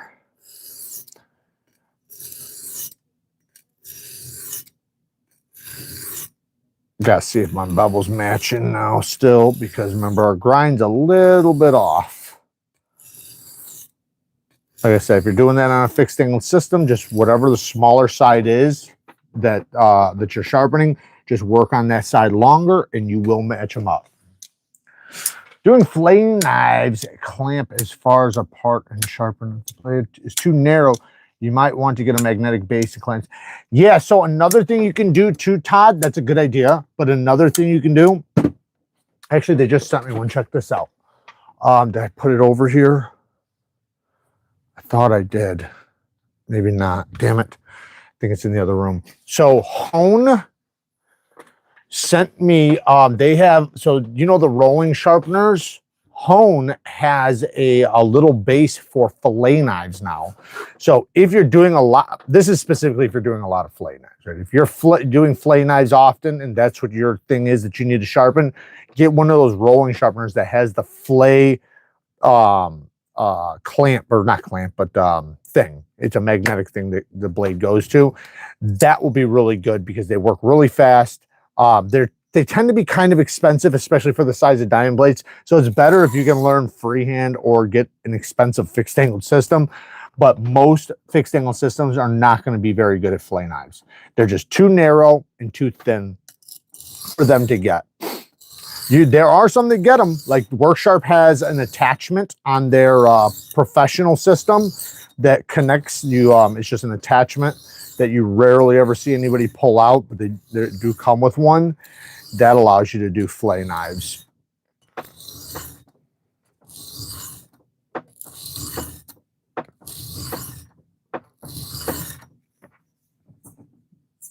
Look at how fucking beautiful that bevel is. Look at how beautiful that thing is. Oh, what I was saying before, it is much easier to hold your angle freehand on a more aggressive stone. The reason why is because you have feedback. The feedback from a low grit allows you to, you can feel the diamonds grinding in, and for some reason, it just kind of gives you traction, so you're not able to slip your angle. When you start getting to finer and finer grits, you don't have that traction no more. So when you're going across, it's much easier for the pressure of your wrist to kind of let your angle dip a little bit. So when you go, like, you'll notice, like, if you sharpen a 300 and a 600, you're like, man, this fucking looks great. Then you'll jump to 1,000. You'll be like, man, what is going on? What is wrong with me? You know, and you'll be like, you'll be fighting it, like trying to get a perfect bevel. It's like, man, I had a perfect bevel on the 300 and the 600. Everything looked beautiful like this. Now all of a sudden the 1,000 comes up and you're like, what the fuck happened? You know, but that's because it's more difficult to hold a proper angle. But that's why you get really good on those lows and medium grits, because that will help build the muscle memory for the finer grits. And also, again, if you can't get a good sharp edge off the medium grits, there's no point to go to the finer ones. The finer grits are just supplementary, I don't know, to the edge if you already are, you know, able to get a proper bevel. But if you don't have the foundation, it's like building a roof, right? There's no reason to build a roof if you don't even have walls yet. Need to learn how to sharpen knives like you do. Well, I'm here, man. I'm here. We got a lot of content, hundreds of sharpening videos on how-tos, how to teach you every little fucking detail, every detail. Your channel is so good because you're just a regular dude being yourself, not acting for the camera. Keep it up, bro. Damn it, I just fucked up my tip probably. Son of a bitch. Yeah, thank you, man. I appreciate it. Learned so much from you in the community for being 100, man. I appreciate it. Yeah, no, man. I said when I got into this, you know, because of me, you know, having, you know, the background that I have and everything, you know, I had to be myself, man. There was no way to, like, not that I would ever do that, because that, to me, like, me doing anything like that is like, it hurts me, man. I wouldn't be able to, like, I almost feel like I'm a sellout. So it's just, you know, just the way I was raised, man. The way I was raised, man, like, that's like just like the worst thing for me. So I couldn't do it, you know, as possible. But I also, you know, like, because obviously, you know, with my background and everything, I did think about, like, man, should I say something? Should I, you know, just keep it to myself and not say nothing, you know, so nobody thinks anything or whatever. But then I was like, nah, fuck that. If I do, if somebody, they're gonna find out. It's all public record and shit like that. So it's like, might as well just be honest, just be myself. And that's the way I was gonna be anyways, was just myself. And that's, you know, however comes with it, comes with it. You know, people don't like it, they don't like it. There's nothing I can do. But I can't keep up a facade. Like, I can prevent myself from cussing in recorded videos because I can cut it out, and I can also just, you know, act appropriate. But, you know, like with the lives and shit, and like anything I do with the members, and like everybody, you just get me. You know, when you see me at the show, you're getting exactly what you're getting here. But I prefer it that way, man. I prefer not to, because I've done that, man. I'll tell you what, even in this community, man, I've met people, and then the thing you see, you know, and you feel like you get to know them, you know, like, and then you meet them, you shake their hand, you look them in the eye, and it's like, oh, you're not actually that fucking guy. That's not the guy you realize that. You're like, oh, okay. You know, and it's like, you know, it's almost like a bought and paid for type of thing. But, you know, no hate, but screw them. Yeah, you are what you are. Exactly, man. And, you know, I think sometimes that's a good thing. I think by being, and that was another thing I looked at, like, you know, you can't help anybody. And, you know, my intentions are to help people now, you know. I told you guys, I don't know if I told you guys this or not, my nephew just got out of prison. That's such an amazing thing, man. He's been in prison for like 6 years, 5-6 years. And, you know, I feel somewhat responsible. I'm not sure if he's here watching or not, but, like, you know, like, as I know him watching me and everything, you know, and the things I was doing and the people I was with and my dad and everything, you know. Yeah, so it looks very flashy and it looks like a great lifestyle, you know. You know, but, you know, you do gangster shit, you have gangster problems, so you got to be ready for that part. But, you know, it's like all the shit looks cool and fun and everything looks exciting. You know, it's such an exhilarating lifestyle, and, you know, you're always on the seat, you know, the edge of your seat, and that seems fun, and it is fun. but there's, you know, there's the bad parts too, you know.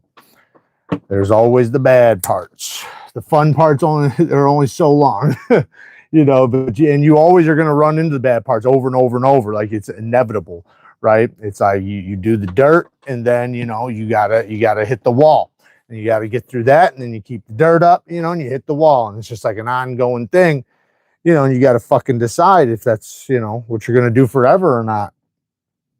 And most people do.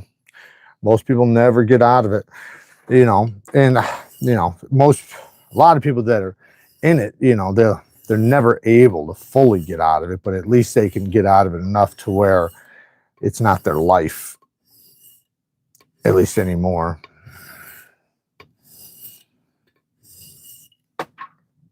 Man, that looks so beautiful, man. It looks great. Fucking love it. What's my all-time favorite band? Oh, fuck, man. I don't know. That's a hard one for me, man. I listen to all music, so like literally all music. I grew up on a lot of rap, but also a lot of rock. So I like fucking so much. I don't know if I have a favorite band, to be honest, man. That's a real tough one for me. I don't even know what grit this is, because I think this was supposed to be the 1500. Did I ever hit 1,000? That was supposed to be 1,000, or is this? No, no way. Let me see this. Let me just check this one again. Let's see this one. I think this one's 1,000, and the other one's a 1,600. I know he said, oh, brand. I thought he said band. Brand for what? Oh, knives? Ooh. I'll say Spyderco has the best heat treatments. Spyderco is going to be the best across the board when it comes to steels and heat treatments, which it's a knife, so that's the most important part. So I'll say as far as blades go and steels go, it's Spyderco. As far as work goes, action and stuff like that, that's tough, man. I really like Machine Wise. I love what they're doing. I really love Herman. I think Herman's doing a great job. I just wish they would come out with more deployments. Man, I like a lot of brands, man. There's some of them are doing what I love, like say Voss Steed, right? Voss Steed had the balls to take on the button compression lock when I was telling, you know, companies to do it. And I even told them, I believe I told them directly, like, if you guys do this, this shit's going to go crazy. And they had the balls to jump on it, you know, and that says a lot, because most companies, I don't know if you guys notice this or not, most companies are not trendsetters. They are followers. They wait to see what works, and when it works, they start doing it too. The problem with that is that means they will always be behind. They will always be behind the ball, and the companies that are able to do the stuff faster and able to take note faster will always be ahead of them. Always. So, you know, like basically, like, and this is what I don't like about some companies is like, finally they'll do something and it's like, you're fucking starting to do this now and we're sick of it. You know, like you realize we're like burnt out on this and we want this other thing that's new and popping, you know, but it takes them a while to catch up because they got to see the trend and see it all happening. Then they're like, okay, they like that, let's do it too. And it's like, well, fuck now, man. Now we're on to this. But it's still awesome to see companies innovate, or change, I should say, not innovate, but change. But yeah, you do have to change with the times. You got to progress, and you got to innovate, man. That's why my favorite companies are always the ones that are willing to push the limits. Winter Blades is incredible. You know, any of the companies that take on his work are incredible, which is BESTECH. Riet does an incredible job. Riet is probably the best manufacturer on the planet.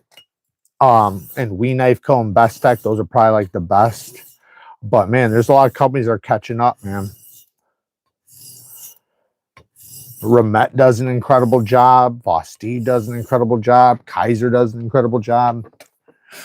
Some updated links, man. The whole description, I know I forgot to I know, Todd, sorry, man, I forgot to send them to you. The links are in the description right now. Those are all updated ones. But yes, I will send you a sheet that actually has them for you to copy and paste. Kara, can you possibly do that really quick? Can you go to the description of my most recent upload, go in the description and copy and paste all the links, not the actual description, but all the links from Neeves Knife Co down, and then go to Todd on I'm not sure if we can do that on maybe it should be an email. Never mind, I'll do it tomorrow. Don't worry about it. I'll do it. No, it's okay. It's okay. I'll figure it out tomorrow. I'll figure it out tomorrow, Todd. Sorry guys, I'm trying to I messed this. I wound up raising my angle a little bit on this side again. I'm trying to match it back up really quick. So usually, if you do that, you want to just drop back down. Drop back down, do it on the lower grit, then come back. Sometimes if it's not too bad, you can get it on the stone you are on. But again, yeah, there we go. Like I said, man, the finer the grit, the more difficult it gets to hold that damn angle, and the more you start slipping. Now, here's the thing. I was just on what was it, 1,000 grit. This is supposed to be a 1,600, but because it's brand new, that one I've been using, that one's broken in. It's all in the elbow. It's all in the elbow. You got it. Hear that big that burr is? Listen to that. Whew.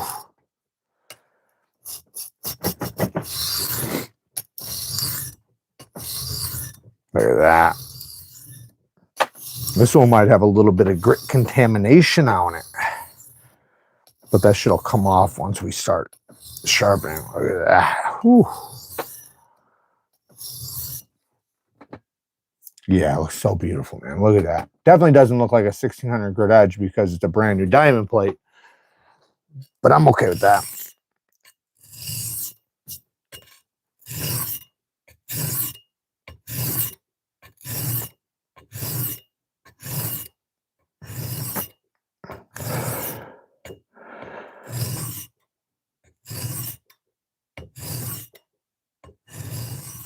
Yep, it's all in locking your wrist. It's all in locking your wrist and moving your elbow. I'm gonna grab one of this the 650. Now I know you're like, you went from 1,600 to 650. Yeah, because this is a bonded stone, and bondeds are not as aggressive as a diamond plate with the diamonds on the surface. However, they still cut very fast. Difference is the diamonds are infused inside the stone, so the stone it's mixed throughout like a chocolate chip cookie, chocolate chips in a cookie. Diamond plates are like, you know, fucking, I don't know, sprinkles of nuts on top of ice cream, right? It's just on the surface. How you guys like my analogies? Could I get the? Yeah, I'll send them to you too, Ryan. Thank you, man. I appreciate it. When I sharpen on diamond plates, I put a big magnet on the knife. This makes feeling and holding the angle much better. A magnet on the knife. Trying to understand what that means. I have this little guy. I mean, I'm good at holding my angle, but this little guy is a little magnet, if this is what you mean. And he raises somehow. Oh, yeah. You can raise the angle up, and then you can go like that and find your angle. But yeah, I don't know. It's all right. I mean, I think it's, you know, I think the little angle guides are better than those. I don't know if that's what you're talking about, but I'm really good at holding my angle. I use a lot of different indicators. My fingers right now are sliding ever so gently across the stone, but not enough where the diamonds hurt them. Like it's just floating across the surface. So that's an indicator.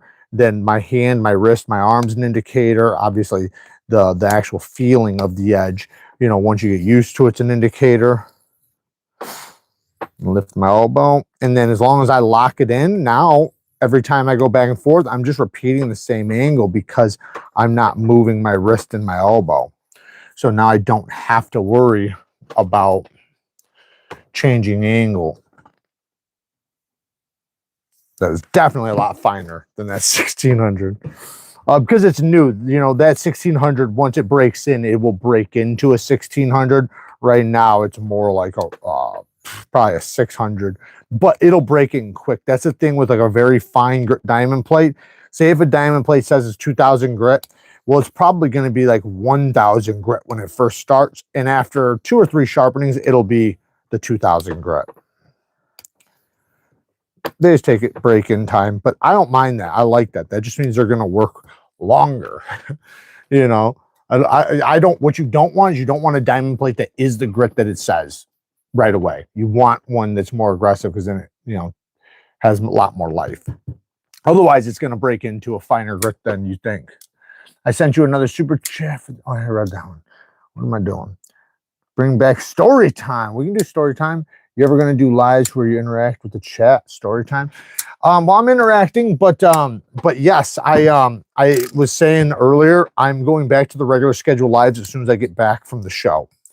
Once I get back from the show, we're going back to the regular scheduled lives, the members lives, and regular shows. So we're going to do regular weekly sharpenings and then also the members live. Not sure about that bevel.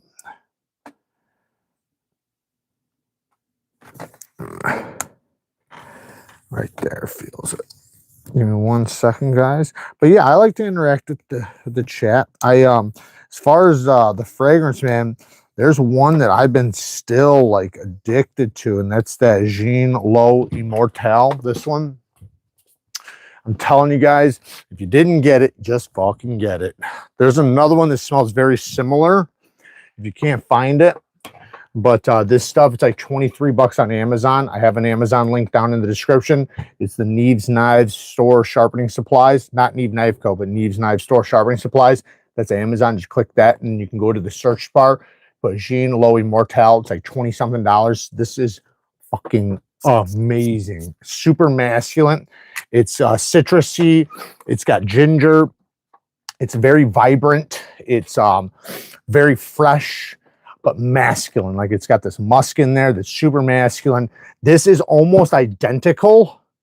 Like literally almost identical. And this is Tarashi Anvi. Now these are supposed to be dupes of very, very expensive fragrances, by the way, like $400-500 fragrances. So, and I'll tell you what, man, they're fucking fire. Like if I couldn't get these, I would almost be pressed to get the $400 one, to be honest. That's how much I like it. It's just, it's like just the perfect level of masculine and freshness and citrus. Like I said, it has that zestiness from the ginger. Anytime you get citrus and ginger, whether it's grapefruit or lemon, and then you add ginger to it, it makes like a zestiness that's just fucking amazing, man. Like you can think like vibrato. That's what vibrato has. And that one's a super popular one. All right. That bevel, I can see a little bit of convexing, but it is what it is. I think I might need to condition this. That might be my issue right now. But we're going to keep pushing on. We got to get to that 3K. But I do have actually some diamond plates behind me. They go up to a real 1200 grit that are broken in. I can grab.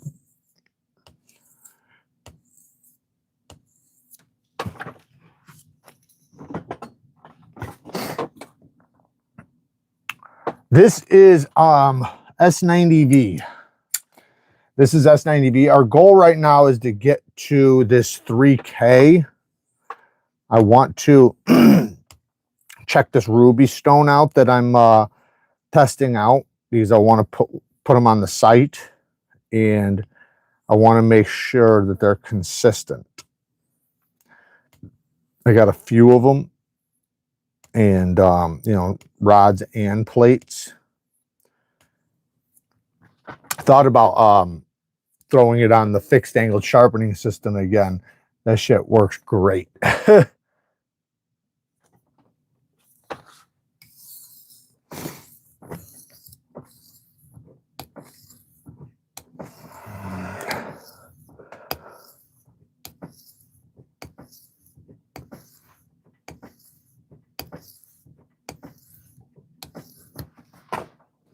see how that looks. It's looking a lot better.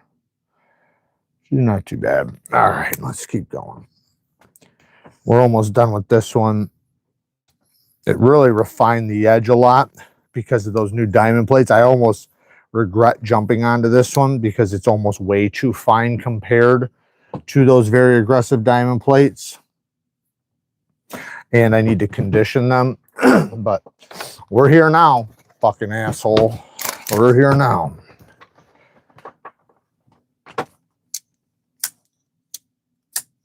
Lock wrist and lift elbow. You got it. Lock wrist and lift elbow. And lean back and lean forward. Play the lean game. Depending on which direction. Well, I guess both directions you do that. Just one more than the other. I guess depending on what position you're in. Because if you're standing at the edge of a counter, it's a little different. You do more of a rotation of the hips.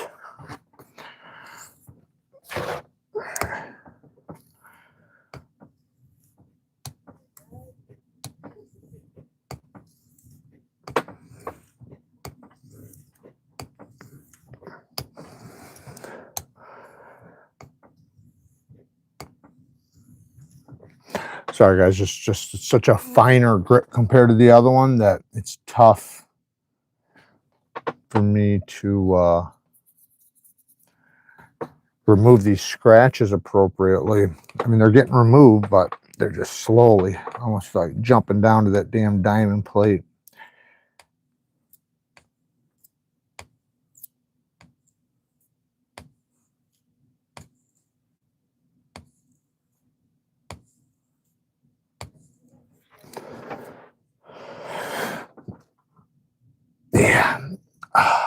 Yeah, I'm gonna do it just because, man, I feel like I'm convexing now because it's such a fight to get those damn scratches out, but I got some right here though, so this should go pretty quick. What is this?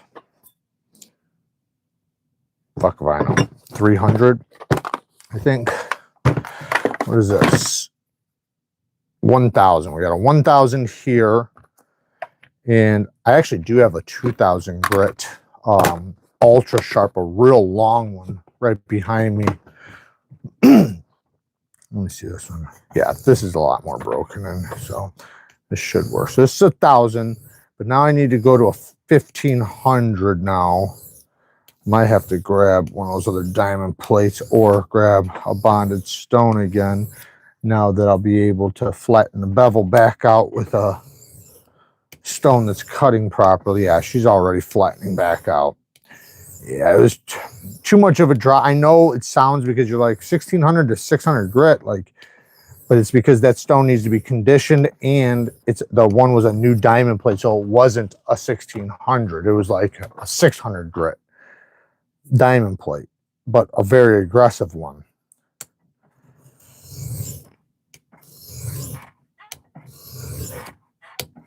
Which is what you want from diamond plates. You want them to be very aggressive when you first get them. Way more aggressive than they're gonna be. Like this one was just like the other ones before. And now, and it's not like it's got a ton of sharpenings on it. They break in quick. But man, already looking more beautiful. Already looking beautiful. What happened? What's going on? I don't see any chatting. If you guys want to chat, I'm here. I don't see any chatting. I'd go with the pair of 3. It's like, oh, it is. Okay, so something's going on with my chat over here, guys. That's why I'm not chatting with you. I don't see no chatting. Sorry. Let me hit the live chat again. Ah, you fuck. There we go. Can I sharpen your knives? Everybody needs their knife sharpening. Hey, man, there's guys in the community that run services that need the money for sure to do it. I mean, there's a lot of people just bought that smell, 28 bucks. Fuck yeah, man. Did you use my link? I hope you use my link. Or are you saying you've already hit? Oh, wait, you're just saying you just got it. Okay. Hopefully you use my link. That's awesome, man. Thank you for using my link. And you're going to love it. You're going to love it. They're hands down, nobody's going to not like that shit. I believe it has ambroxan too, which is what women love the most. So steel will cut jack. First run of D2 to the work. in the stones. Did you notice the Cutlery Shop exclusive PM2 with the Rex 120? Yeah, I did see that. I did see that. A wild Scandi grind.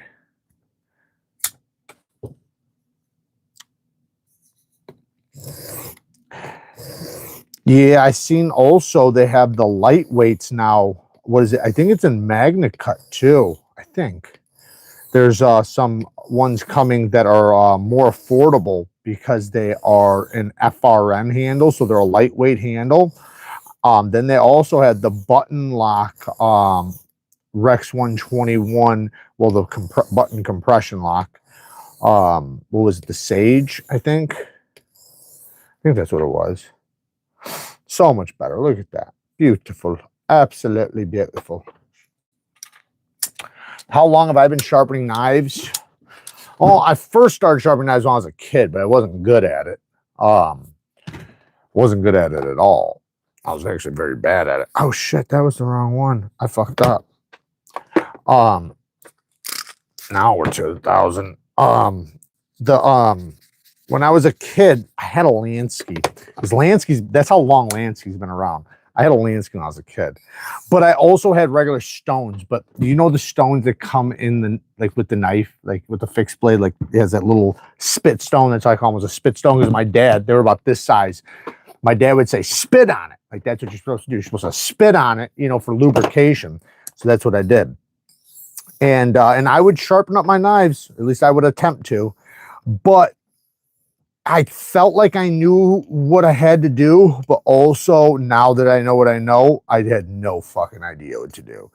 I understood that I'm grinding, you know, but I didn't realize like how long it would take to cut in a bevel with a little shit stone like that. And I didn't realize, one, it's not an appropriate abrasive. Number two, it's way too small. Three, the knife I'm sharpening is like brutally thick. So it's going to take me a fucking week on that thing. So I'd be sitting there for like an hour and I would just feel like I'm getting duller and duller, because I was getting duller. You are getting duller because you have to get duller before you can get sharper. That's how it works. But you don't know that as a kid. But anyways, as years went on, learned a little bit more. And then when I found the knife community, you know, 8-10 years ago, I really got into it. And was it 8? No, yeah, it was about 8 years ago. I really got into it, and then started learning right away. And yeah, so about 8 years, I've been really honed in on it. But I've worked with tools my entire life, so I've sharpened a lot of different stuff. But as far as like high performance knives and stuff, it's kind of a whole nother game. Look at how beautiful that fucking bevel is. The heel's not perfect, but it still looks great. Big burr, big burr. Yeah, it fucks up your hands for sure. I got carpal tunnel like a motherfucker, but that's not from that. It's from a lot of other shit. But yeah, man, it's just part of the game. That's why what you can do is don't do it excessively, like sharpen, you know, so much. And then, you know, then if you only, it depends on how many knives you have, but most people do not have to sharpen a lot. Like they have to sharpen like once a month, you know, once every couple weeks. Not a big deal, right? If you're somebody who sharpens a lot and you sharpen 2 or 3 times, or, you know, a couple times a day, it's not that big of a deal.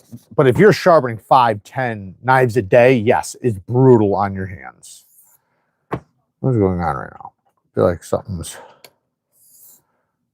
You see that? What the fuck is going on?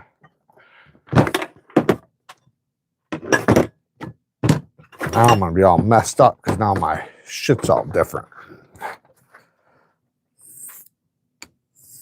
Yeah, it feels a little bit better. Can you see that? Yeah. I'm almost done with this, guys. Sorry it's taking so long. This is a lot thicker, so it takes a little bit longer than that first one being super thin. And I'm such a perfectionist because I'm trying to show you guys what I'm going to see when I get to the 3000. And if it's not a big bevel and it's not thick and it's not perfect, you won't be able to. So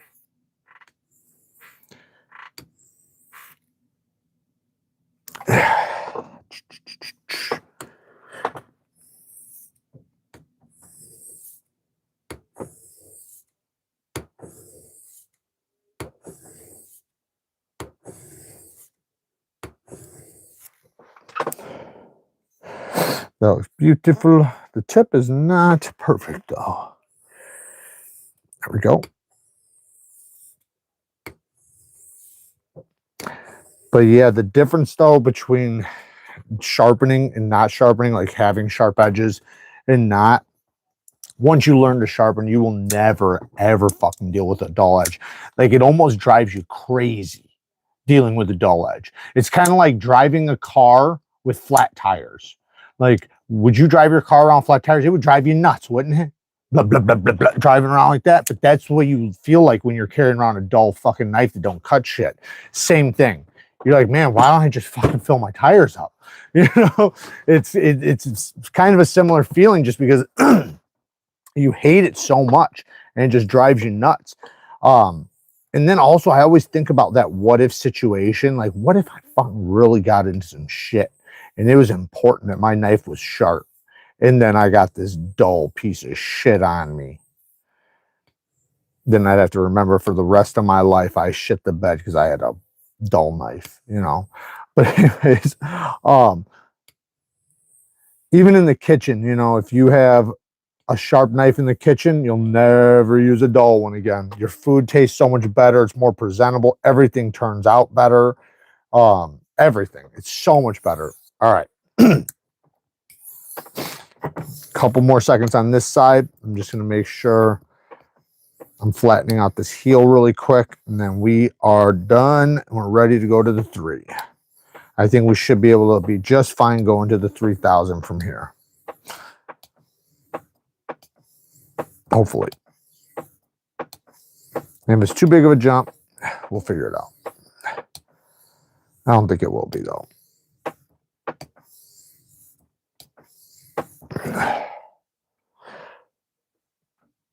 Damn, it looks so good.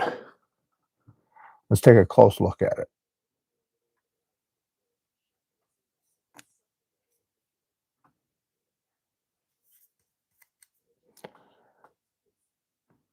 All right. Feel for the burr. Burr's on that side. All right, so here's the ruby. Let's go to the ruby. And maybe we'll test out that ceramic too. Maybe, maybe not. But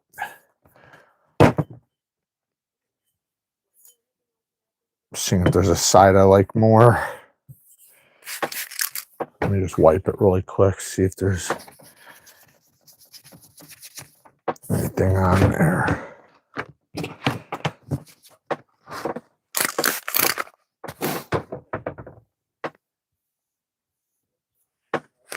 Okay. I'm going to flip my burr over, and I don't want it on the stone, so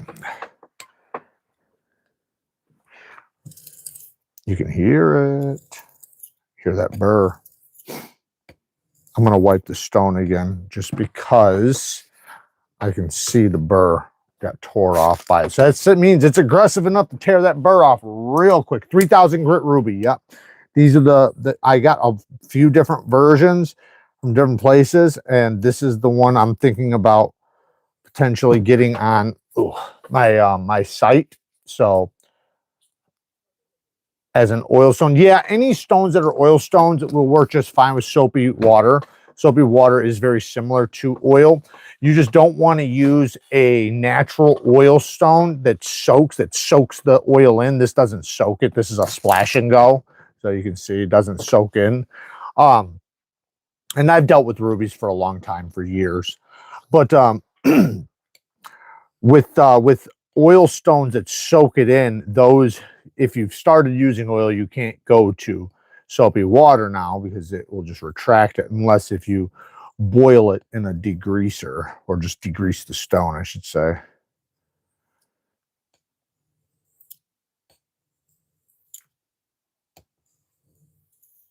I can hear, I don't know if it's the piece of burr that's on the stone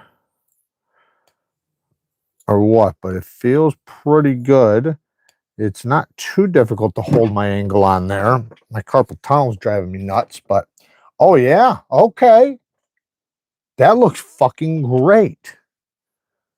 Wow, that was beautiful. That looks like a good 3000 grit, almost. I mean, it's a little bit coarse. Like, it's not a polish. you know, but it's very close to a polish. Like, yes, see where this is 1,000. Let me just 1,000 grit, 3,000. Now I could spend more time, right? Obviously. Let's keep going. We do have that the 6,000 here with the ceramic too. Same company.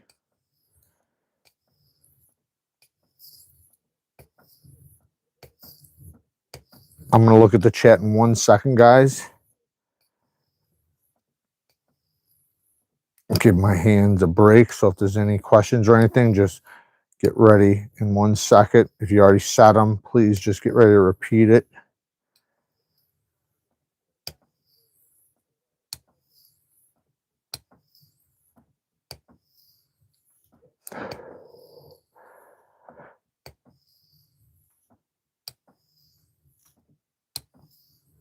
All right, let's look.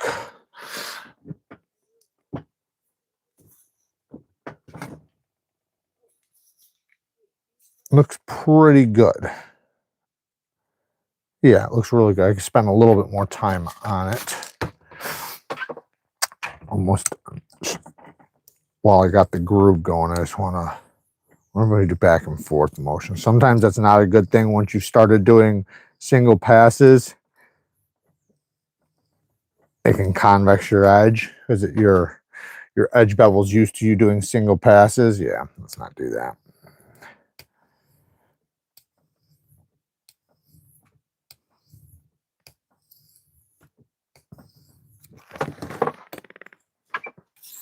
Yeah, developed a burr. That's crazy. It's why this stone is so crazy, because it's like, it's different, it's unique. It's like it can do a polish, or at the very least like a semi, like a almost polish, but then it's also aggressive enough that it'll make a burr. But then it's also aggressive enough that it can do a hell of a micro bevel. It's also aggressive enough that it's very easy to remove your burr on.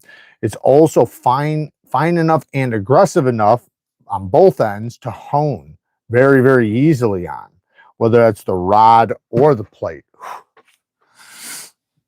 Ruby can't cut vanadium carbide. Yeah, I wouldn't, I mean, it's about the same hardness, so I don't really care about that, because by the time you get to 3,000 grit, if you're trying to cut the steel still, then you're not sharpening correctly. Your cutting is all throughout the beginning. The finishing stones are literally just taking the scratches and getting rid of them. So you're not making a bevel, right? You're not making the apex. The apex is already created. You're just refining it. So at that point, I'm not too worried about it. But, you know, I say the same thing too for the most part with like certain ceramics and stuff like that. But ruby is the closest thing. I think they're about the same hardness. So I am just letting my burr kind of fatigue a little bit because I can feel it. So now what we could do is go to that 600, but I think we're going to check this out first. I want to check this out. Okay. A little bit over there. There we go. Bam. Fucker came off.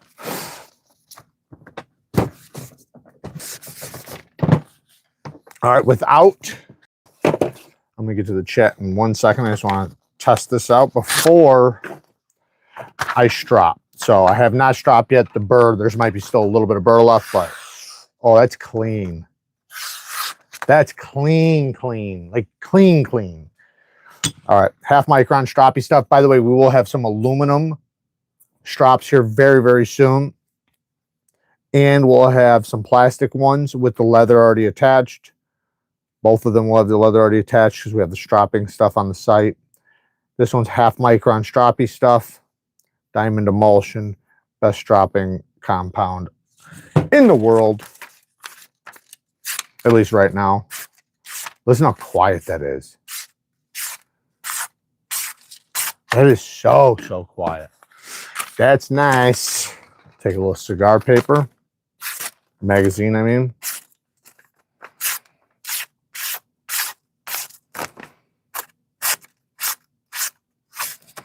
And that is, it's pretty damn good. Very happy with it. I like the way it removed that burr. Like it removed it interestingly. Like it didn't diminish it. It literally bent it and then it popped. That's exactly what happened. Like it was like I was on one side and I could feel it. And then it just was gone. And then I went to the other side and I was like, oh, now it's over here. And then I did it like a half a pass and then it was on the other side again. And then by the time I went to the other side, bam, it just snapped off. That's cool. I love that. And in that regard, that doesn't require diamond to remove a burr. The burr just takes proper angle, pressure, whatnot, and so forth. Now, is it the best finish for a 3K?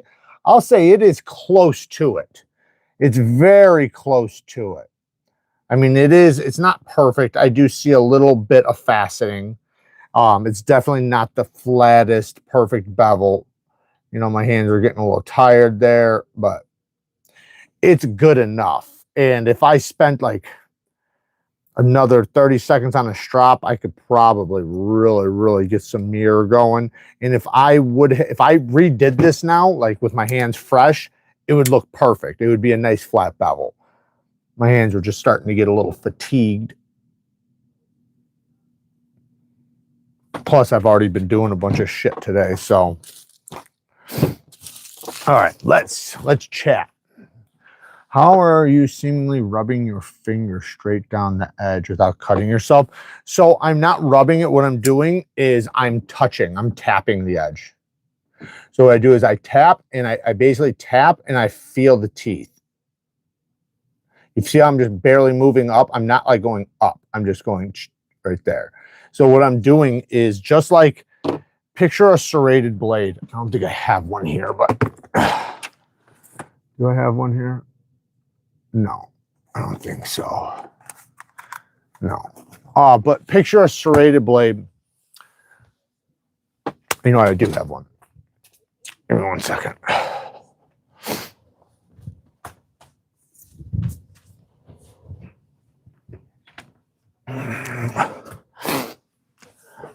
When you see this serrated blade, right? When I'm touching it, you can see the teeth are hitting my finger, right? It's the same thing that's happening with those.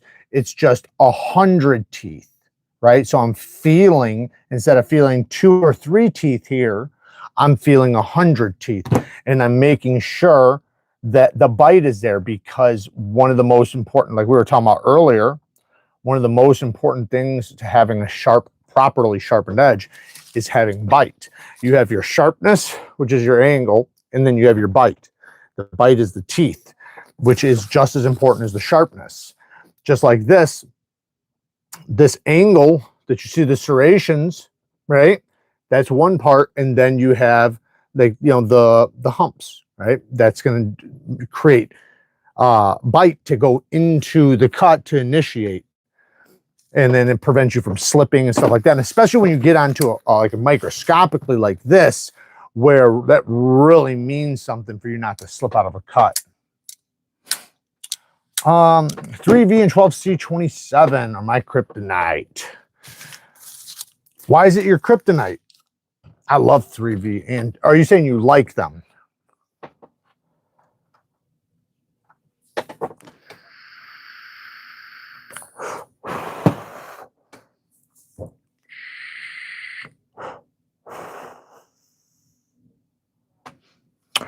Yeah, man, if you're doing cooking, if you are a cook or if you are in a kitchen or anything like that, it's so important for you to learn how to sharpen your, even if you're just cooking in your fucking own kitchen, man, you should, if you have a sharp edge, it's such a big difference, man. I'm telling you, like, you never will go back, ever. You'll never allow it. Like I said, it's like driving around on a flat tire. It just won't make sense. Think about this. Think about you right now driving around. Just imagine yourself driving around and everybody else is driving around on flat tires. you'd be like, these are fucking idiots. Like, what are they doing? Right? You'd be like, what is going on? What world am I in? Right? And you're just fucking cruising past them, right? Getting to places faster, everything's going better. It's the same way. And then, you know, after you learn how to sharpen, you see how everybody's kitchen has a dull knife. You'll go to somebody else's house and go to cut something. You're like, what the fuck? I'll pull out my sharpener. I mean, I got to sharpen this thing for you because I can't let you stay like this. I can't allow you to be my friend and also survive like this. Yeah, 3V is amazing to sharpen. I love 3V. 3V takes an incredibly sharp edge, it takes an incredibly fine edge, and it actually holds a fine edge better than a toothy edge, but it still takes a great toothy edge. It's because of the toughness, it allows it to take those low angle edges and have a really nice apex.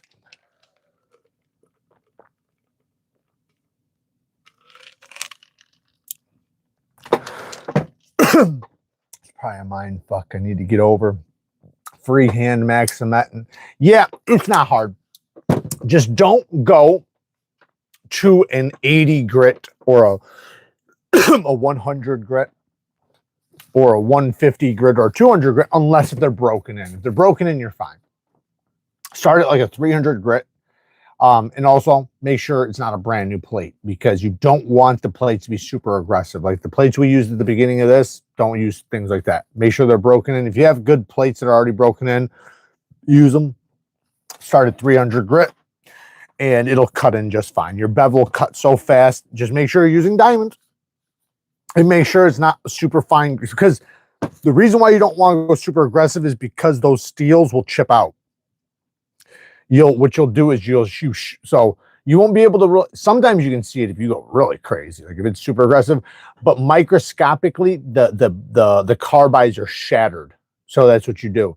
So if you do that, this is what I always do. If I start like a 300 grit or 200 grit, even if it's not chipping or anything like that, I'll cut in my bevel. And then with my next stone or my next plate, I will make sure I spend enough time on there that I've cut past the carbides that were on that bevel, which isn't that long because they're tiny as fuck. Like you can't even see them. So it doesn't take long. And then I'll be into proper steel with a nice cut carbide because like I said, like a 50, 100, 150 grit will shatter the carbides. But then once you get to 300 grit, it'll cut right through them and it won't shatter them. And that's kind of where you want to be. And then go to your 400 or 600 and then don't pass those. Maximet and Rex 121 love a 600 grit edge. Chipping is the thing. All of a sudden, bevel development in 2 passes. Yeah, like I said, man, you don't go with a too aggressive of a stone or a plate with those steels. They're just too hard for them. I know it seems kind of weird because people think like, oh, the harder it is, the more you want to be with the coarser or with more aggressive diamond, which is kind of the case until you get to a certain point. Once you get to a certain point, it's like it's at the peak, you know.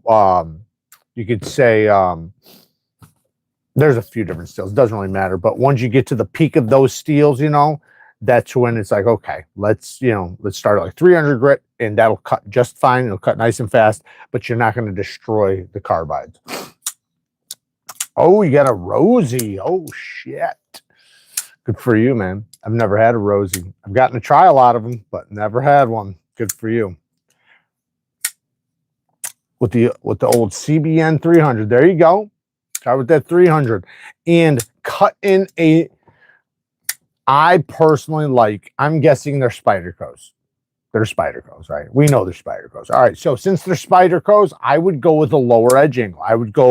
I personally would do 15 degrees per side. You should probably do between 15 and 17 degrees per side. By doing that, and let's say it takes you a little while to do it, which it shouldn't, but let's say it does. Do it in 2 sessions. It's no problem. Do it in 2 sessions because once you have that bevel set, when you resharpen a 15-degree bevel, it will go fast. Number 2, it will be so much easier for you to hone and strop. Now, let's say it is chippy for you. The steel itself is chippy. If that's a problem for you, then go with the 17. I'm going to do a video really soon on a proper micro bevel I think you guys will like that video because I'm going to do a real proper micro bevel. Like not no bullshit one. I've done micro bevels before, but I'm talking about like a Rockstead kind of micro bevel. Just sliding through. We need to say howdy. Shout out to you, man. Yeah, this came out really sharp, really good. A lot of bite. Feels really good. Feel a little tiny bit of something up there in that tip, but I'm happy with it. Now if I was gonna hone edges and stuff, like something like this has a factory edge on it.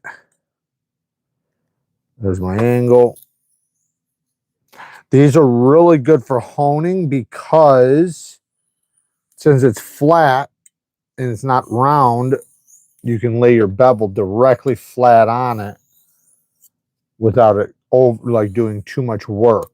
The round ones are amazing for that, but sometimes you want to be able to hone your entire edge bevel without just hitting the apex.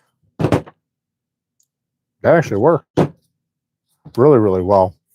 Just need to strip that little micro burr off. It's very, very small. So now I'm just using no pressure. Before I was using like a pound or something, maybe 2 pounds. Now I'm using like just like the weight of the knife, just enough to where I can hold that angle. Yeah, that feels really good. That actually worked out a lot. These rubies, man, they are pretty amazing. They're really good. Let's try a ruby rod now. You know what? Let's try something. I'm going to take this.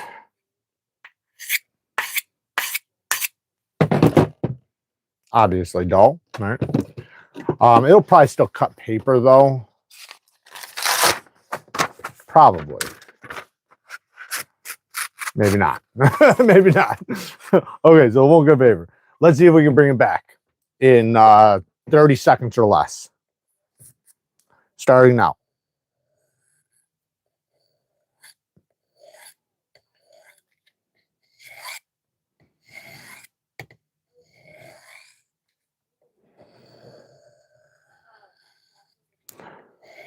Okay, this side needs a little bit more. Okay, now I'm going to go really gentle.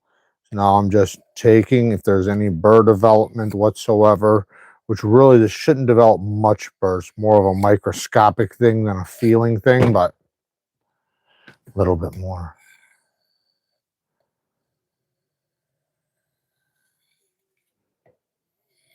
That's probably more than 30 seconds.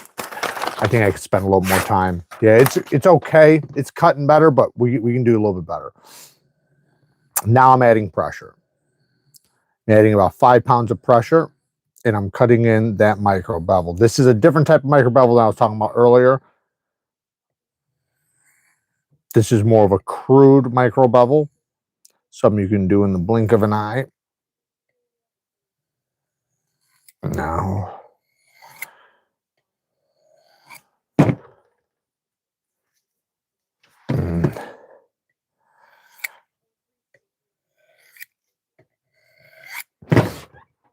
I destroyed it too much with that diamond plate. No, we got it. Okay, that's not too bad. Not too bad for cutting an edge completely off. Not too bad at all. Not for, 30 seconds worth of work. I could definitely spend a little bit longer though. If I would have hit it on a diamond first, then it really would have done good. Grab the light rod. What is that? Let's try this. I'm just going to try to grind it a little bit. See if we can't really get it. I'm adding a lot of pressure right now, guys.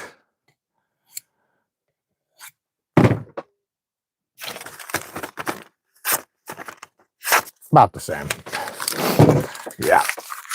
When you do something like that, though, like that's simulating like a lot of fucking wear and then you honing it back. Like in reality, I would have, say something like this, I would have stropped it back, probably 30, nah, maybe not 30, like 20, 30 times probably. Before I ever went to this. And then by the time I'm going to this, I'm not putting pressure. I'm doing it very gently. And actually, you know, before I even do this, I'm going to this or this, right? I'm going to a bonded stone typically, and I'm going to be very gentle on that. And bonded stones are the best for this, the absolute best. These are legendary for this. So you can take this and take something like this, and you can just gently hone it. And you're wanting to match the angle with this because you're just wanting, there's something on the stone. You're wanting to allow the apex to just touch that bevel, or touch the stone, I mean. I feel like there's something still on this stone. What the fuck is on this stone? Sorry guys, hang on a second. I don't want to ruin my edge. There we go. I think I got it. All right. Now, I still feel something on there.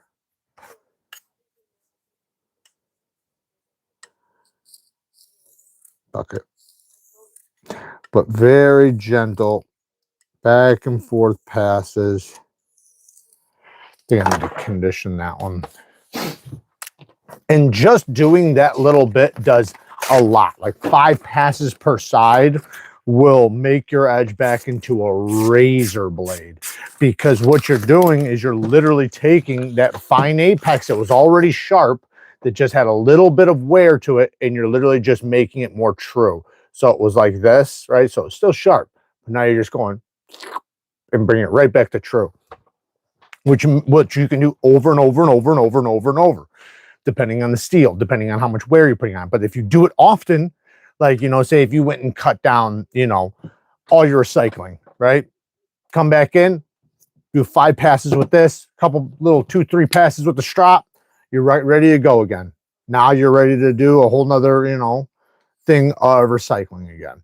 And you can do that so many times over and over and over with a proper steel. A lot of people don't have proper steels, so they can't do that. You can't do that if your steel's not a good steel. Like, obviously, if it's a no-name shit steel, you might be able to get away with it once or twice, but it's so soft, your edge is going to, it's going to do these numbers and shit, and it's going to like really be fold over. That was oh, this is a badass knife. This is the Ziphius, the We Knife Co. Ziphius. Absolute legend. This thing is dope. I think there's a couple available still. We Knife Co. I have the link down in the description. 20% off. Don't forget to use it because it takes a lot of money off. Whew, that fucker's sharp. Boy, that is really sharp. Yeah. Yeah. That's damn near hair whittling sharp. Fair price for a professional sharpen. For me, way too much. I wouldn't do it. I used to run a sharpening service, and I had to keep raising my prices, and then I just got to a point where I was uncomfortable charging that much. But a good sharpener should charge you about 30 bucks. 30 bucks for a thin edge for mirror polish. If you're wanting something thick, you're going to pay like 50, 60 bucks. If it's because thick edges take hours sometimes. Like, you got to think, like, sometimes people don't realize it's just fucking sharpening edge. Well, then go to a belt sharpener. Because if you want somebody to fucking hand sharpen, that means on a fixed angled system too. On a fixed angled system, if you're sharpening a Medford, and say if it's a Praetorian, at 15 degrees per side, you're going to be there for fucking 4 hours. Like, seriously. So you got to consider what you're asking to be sharpened, right? Certain things are thicker than others. So, you know, but an easy sharpening is going to be about 25 to 30 bucks. You know, a medium, you know, 35, 40, and then up to like something a little bit harder is going to be 50, 60. Now you're talking about like a katana or a machete or something like that. You're talking about even more. You know, when people start talking about, hey, I want to send my sword in for you to sharpen, It's like if I like you wouldn't want me to do that because I'm going to charge you like $1,000 probably, like literally, at least 500, because it's going to take me like 4 days, like to sharpen that. And now if you do it on a belt, right? I got a belt sharpener, grind it in fucking 10 seconds for you. That's what people are trying to get away from when they go to a stone sharpened edge, though. Because a stone sharpened edge is superior, sharper, better, lasts longer. Everything's better, everything.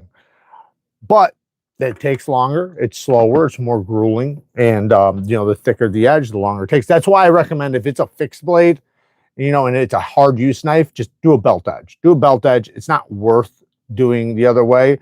A belt sharpened edge is so fast. Otherwise, you know, instead of taking 3 hours to sharpen it, you can take 30 seconds.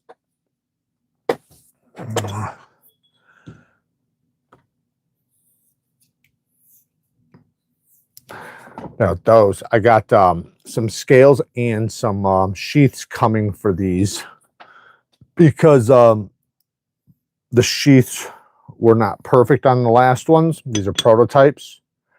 They're going to be dope, but I have some handmade larger ones that are going to be here any day, probably tomorrow. They're going to be pretty expensive, but they're special.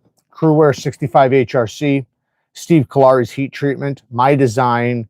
Ryan Mazzetti made them, and I'm going to sharpen them, and they are with beautiful materials. You know what? I'll give you guys. Oh, I can't do it. Never mind. But they're badass. They're very badass. Hey, what's up, Rob? Jared, I don't know if you saw my question from earlier, but what is a good steel for a kitchen knife?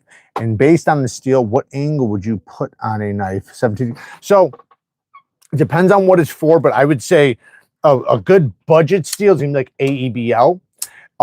10 CR, VG10, that's a great Japanese steel. AUS 10, VG10, 10 CR, any of those. Those are the same. So that's a great steel that you can get for a very good price. And, you know, it's going to be pretty good. If you can find 14C or Nitro V, that's amazing.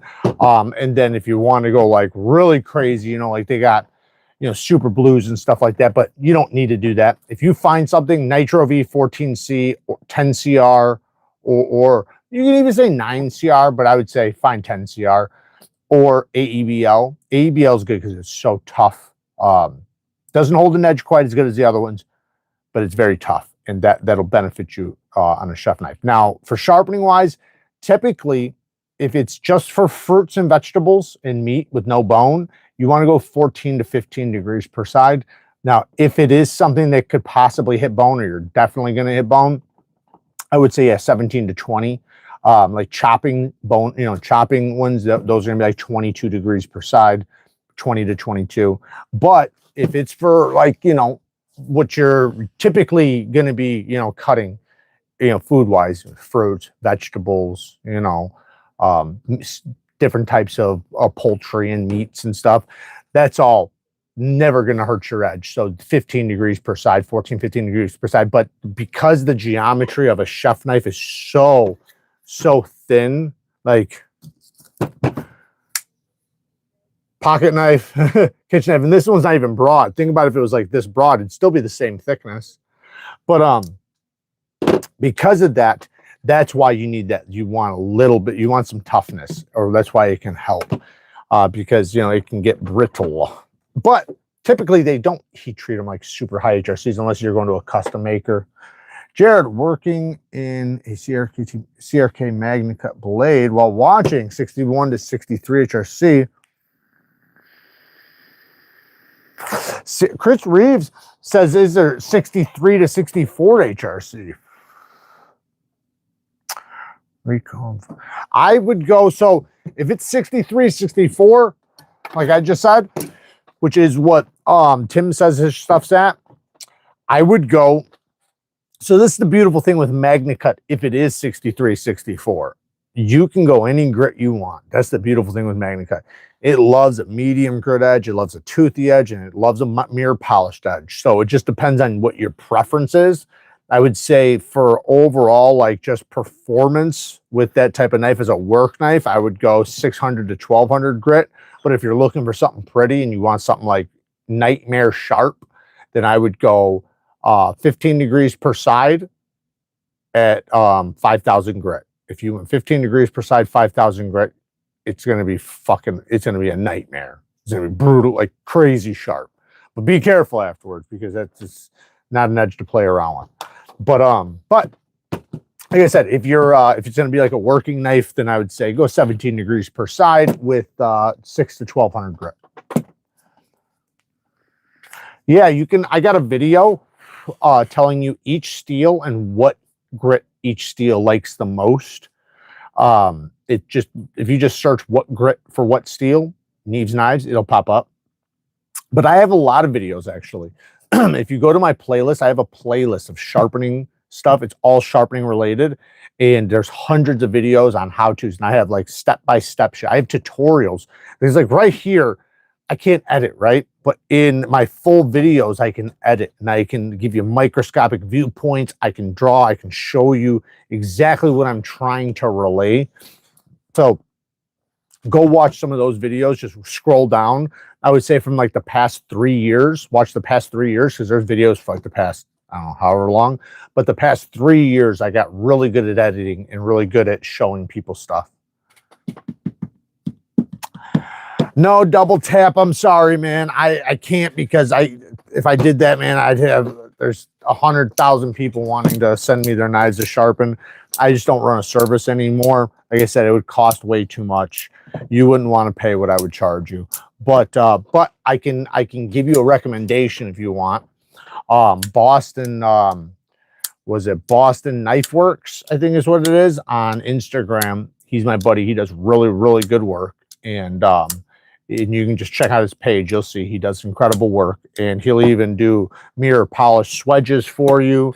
Like if you want to do like a mirror polished harpoon or something, he'll do all that stuff. He does really good work, and his prices are very reasonable. Still consists of 24 hours putting out them videos. Fuck yeah, it is. Yeah, man, I tell you what, right now I'm backed up. I'm backed up like a motherfucker. I got this show coming up in like 2 days. I'm not even packed. I got to get packed. I got to get ready. I got to try to create some content so that I have stuff going up for when I'm gone, which is going to be a nightmare to even pull off. And then I thought about trying to record something else that's a little more difficult for me to edit while I'm out there, but I don't think I'll pull that off either. I think there's going to be a couple days missed with some videos because I'm just backed up, but I might be able to pull off tomorrow like some fast shit where it's like no edits, just me just record where it's like first impressions or something quick. That I might be able to pull off, but I personally enjoy, I like doing the stuff that does take a little more work. I just feel better about it.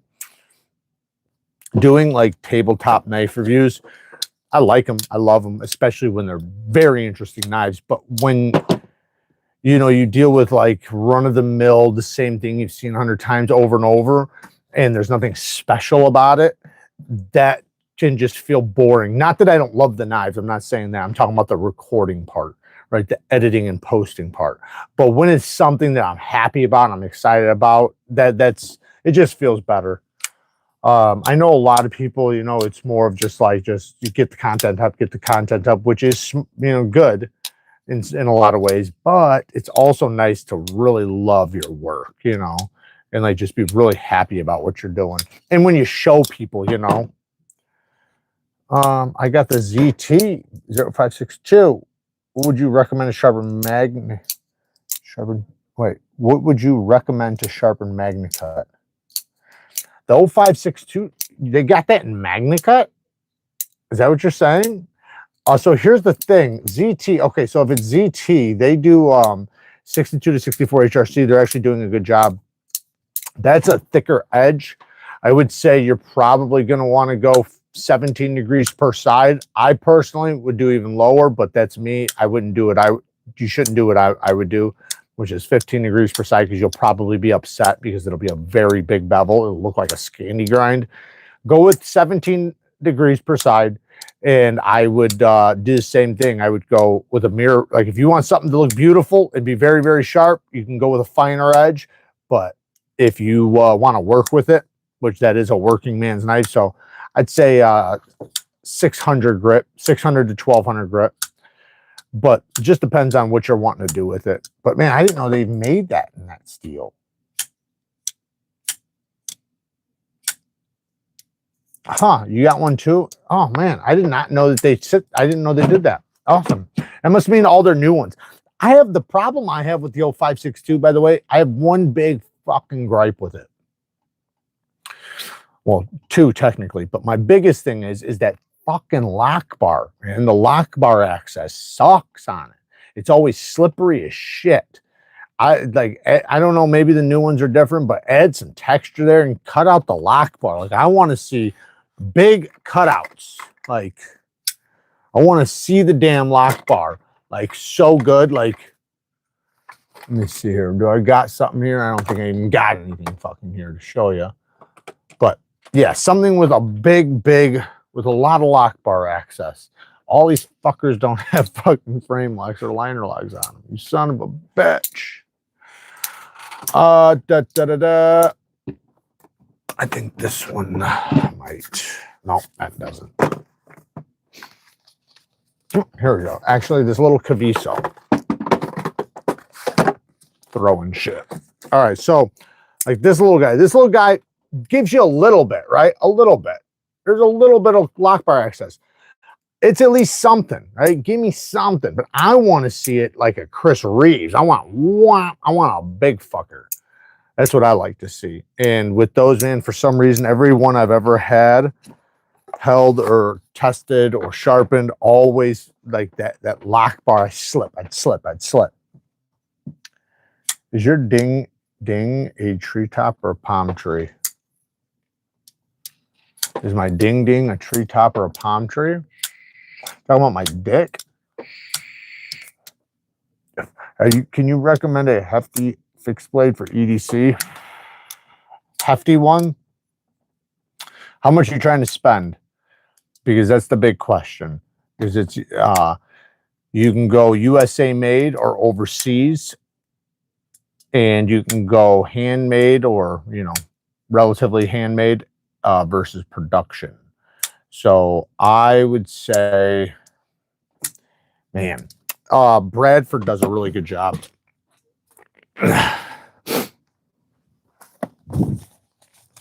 These are USA made. This one's a little bit older, but so there is newer versions, different kinds, but this one's a little bit older. But these are really good, man. They're tough. They're small. I mean, well, they have different sizes. There's all different sizes. So they're smaller than this and then bigger than this, but they have different handles, different materials. This one's Nitro V. It's a nice tough steel. Yeah,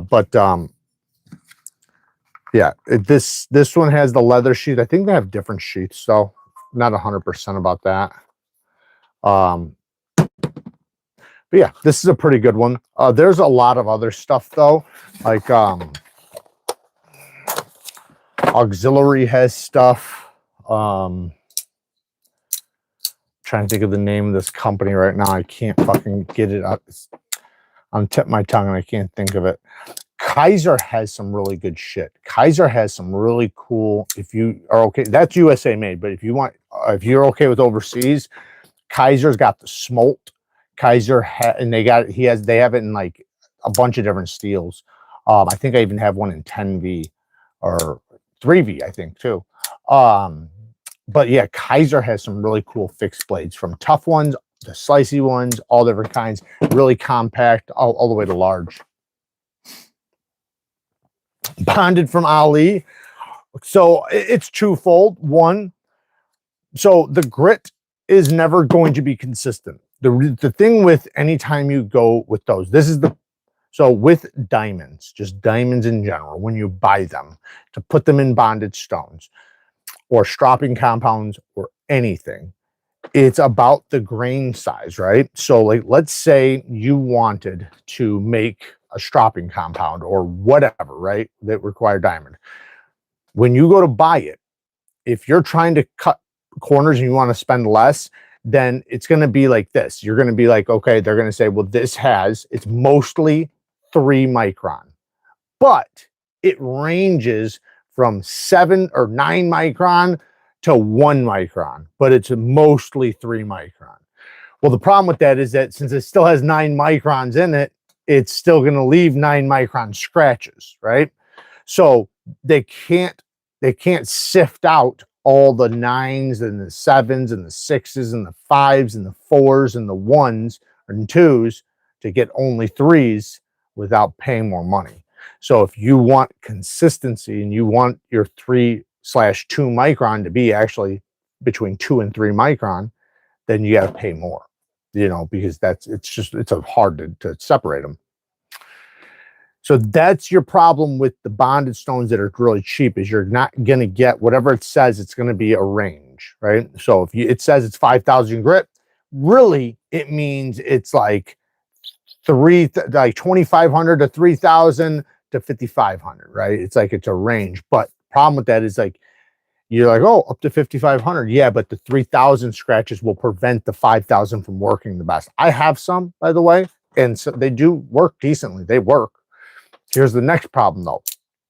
If they're on a plastic backing, they bend and they will break. They'll break off, because when they're bending like that, the stone's not necessarily going to break, but it can if it's bent too much, but it'll pop off the plastic. Hey, thank you for the 10 bones, man. Picked up the WORKSHARP recommendation 2 years ago. So glad I did. Such an easy to use and effective kit. Your content is my go-to tutorial source. Thank you, man. Man, I appreciate the 10 bones, man. Thank you. A good birthday present, man. I appreciate it. I missed who you said to send my knives to get sharp. Hit me up on Instagram. I'll just send you his link. It's Boston. I think it's Boston Knife Works, but I don't want to send you the wrong guy. You'll know because he'll have polished harpoons and shit on his page. But if you just hit me up on Instagram, I'll send you a link first thing in the morning. But as far as the diamonds go, or for the bonded stones, the next thing is most of them are only 1 millimeter. Like mine are 3, right? My stones, whether the 1-bys or these, they're 3 millimeters thick. The other ones are 1. Here's some right here. So if you look at how thin it is compared to mine, right?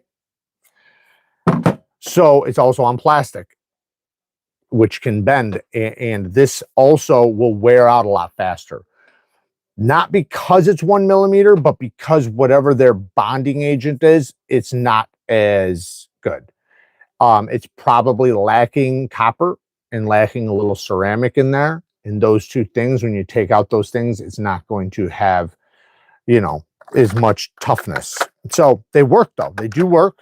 They work actually fairly well. I would say for the money, they're not bad for the money. Just you get what you pay for, right? So they're not going to compare to a more expensive one, and you won't be able to use them for as long because they will wear out.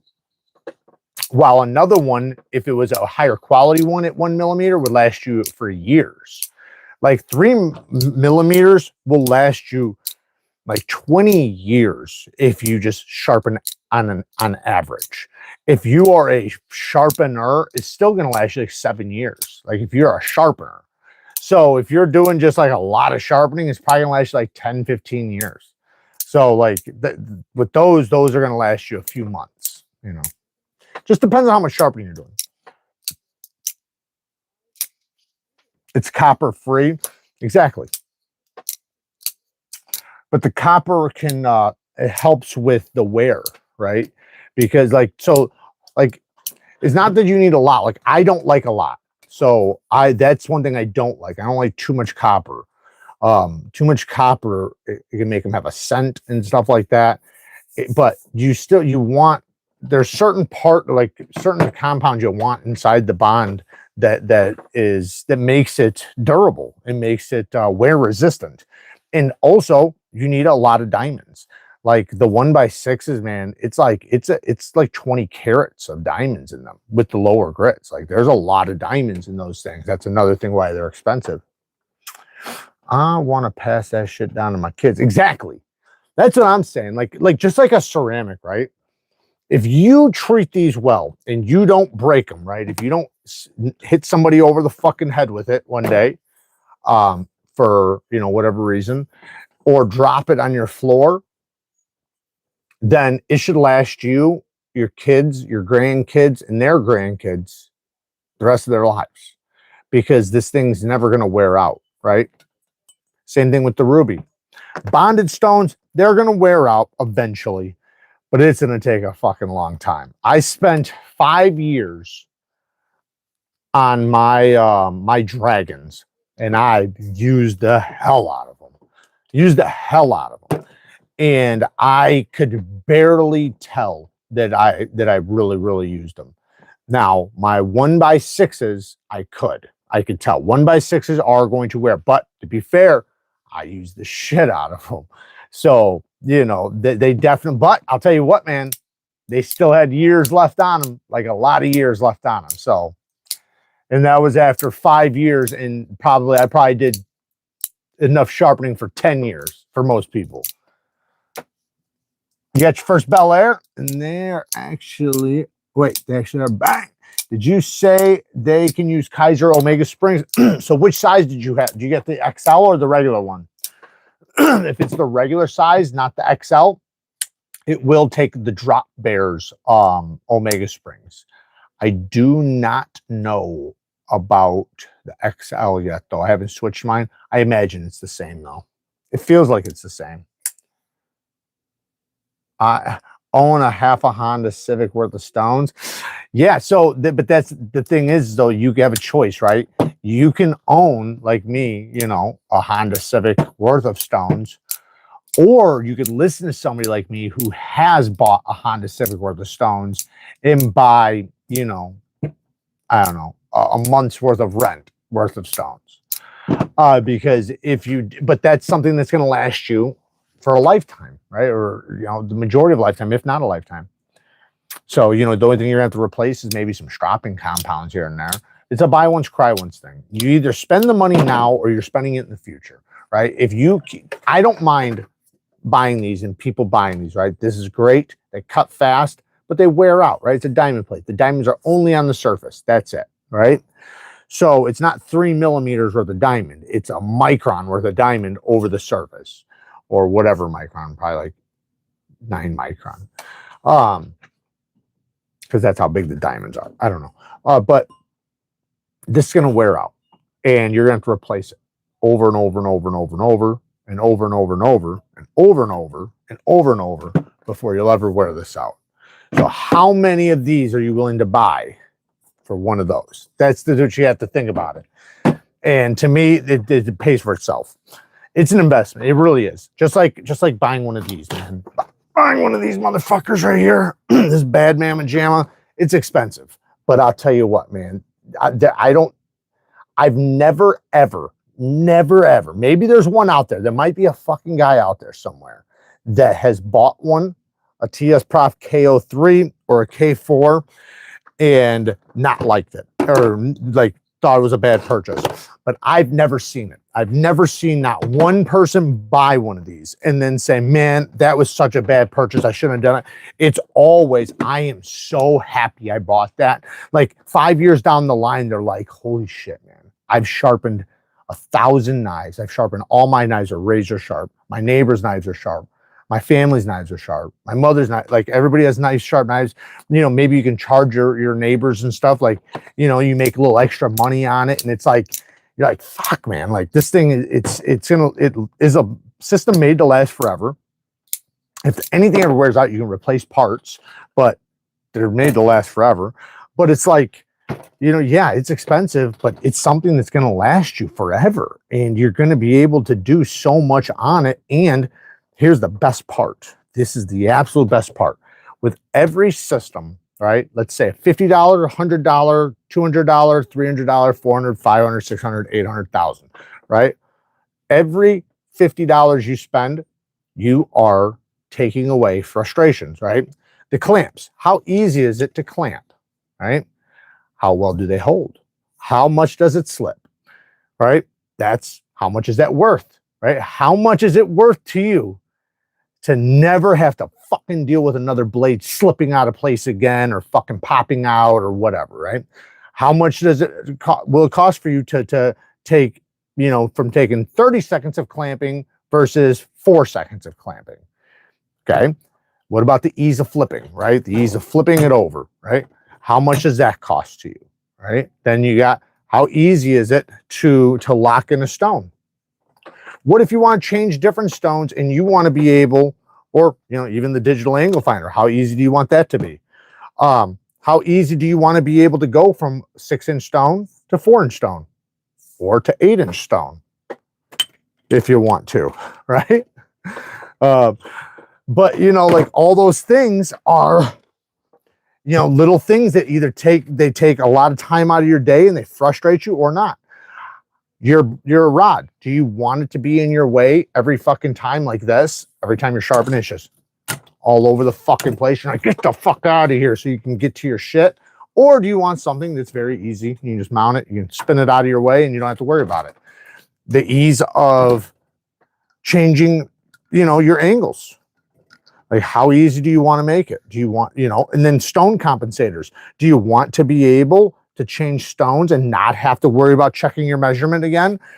Those are the little details, It's the frustrations that just keep mitigating. And then you get to a point to where it's like, I can enjoy this now. Because instead of me getting angry, instead of me getting frustrated, instead of there be aggravations and just like, things slipping, and yeah, it can frustrate you, especially when you think you've spent a lot, right? When you're like, man, I spent $200. And you're like, and then now you're dealing with fucking trying to clamp it, and it's frustrating, it's slipping, and then you don't have no place to put the rod, and the rod's falling all over the place, and you're like, fuck, man, this thing kind of sucks. Then, you get to something like this, the Lamborghini, and you're like, oh man, it's so much better.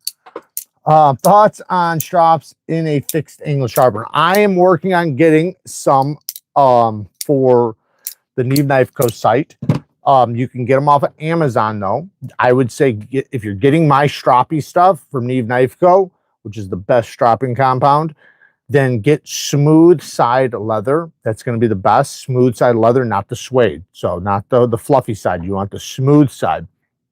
That way, the stropping compound goes on nice and thin across the surface, and you can easily clean it off and reapply it. Like super easy. Like this. Right now, if I wanted to clean this off, this is just dish soap and water, but I should use alcohol, but you can just wipe it off, right? Typically, I like to, well, don't have any right here. Typically, I'll use rubbing alcohol or Windex, and it will take it right off. And then now I can just reapply it. And it takes 2 seconds. So that is what I would recommend for those. Now, if you have the money, Hapstone has some really good ones, but just find something that's a proper thickness in 1x6 and has the plates to clamp inside of the system.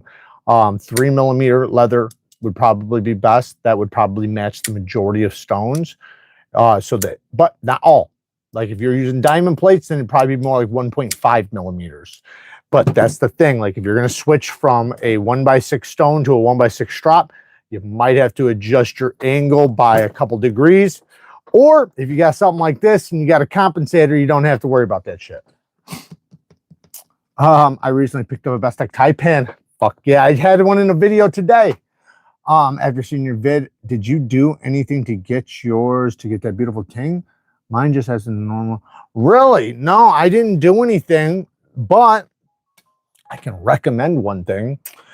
Not saying this is going to work. Mine was out of the box that way, but sharpen it and lower back your edge angle because the vibrations are coming from the tip of the blade. It's the same thing with my knives. Now, the thing is like 15% of them don't have the ting. So that is a thing, but I have seen it where they didn't have a ting and got a ting. I've also seen they had a ting and lost the ting because, somebody messed up their tip. But the tip is where that's coming from. I could show you.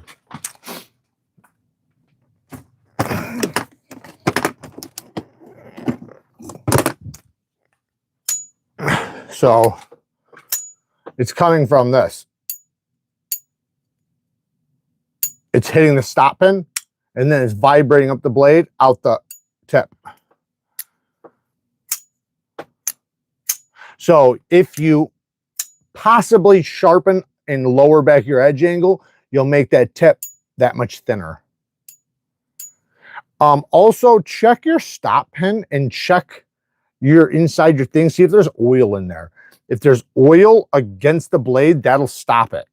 Like so make sure it's dry. So clean off the blade where when you open it, the stop pin and the tang where it hits the stop pin like that is not oiled, because that'll stop the vibrations.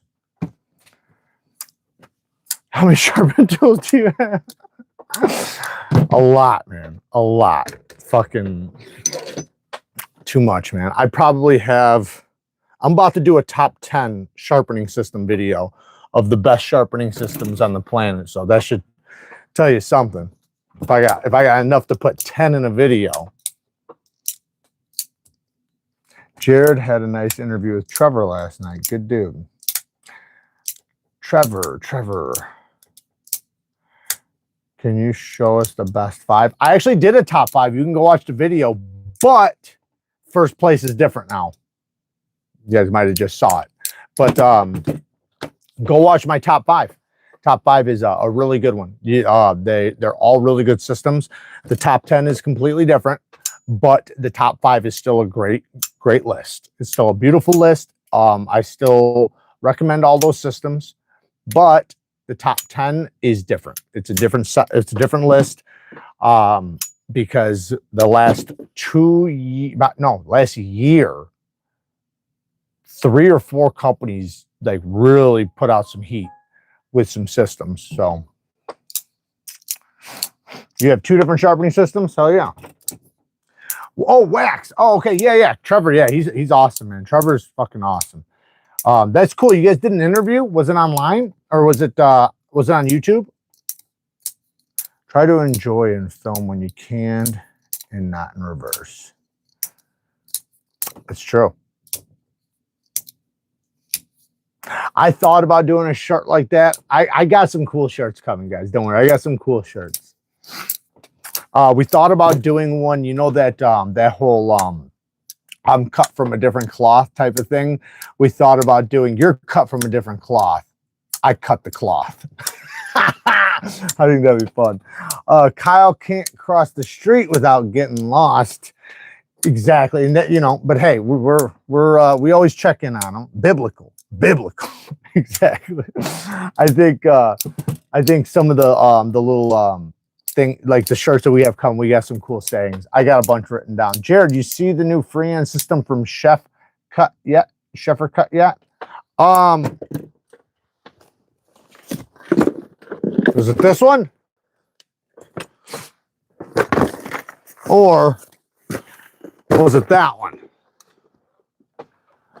Haven't seen it yet. Video coming soon. Video coming soon. I got one, man. I got one that'll fucking blow your guys' mind. I got one it's crazy. It's like nothing I've ever seen. I'll be showing you guys very soon. You guys will see it. Show me your Rex 121 Spyderco.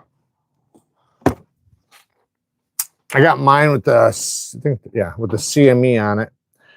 OCD for EDC. You can install them. You don't take apart the knife. It's just super glued on.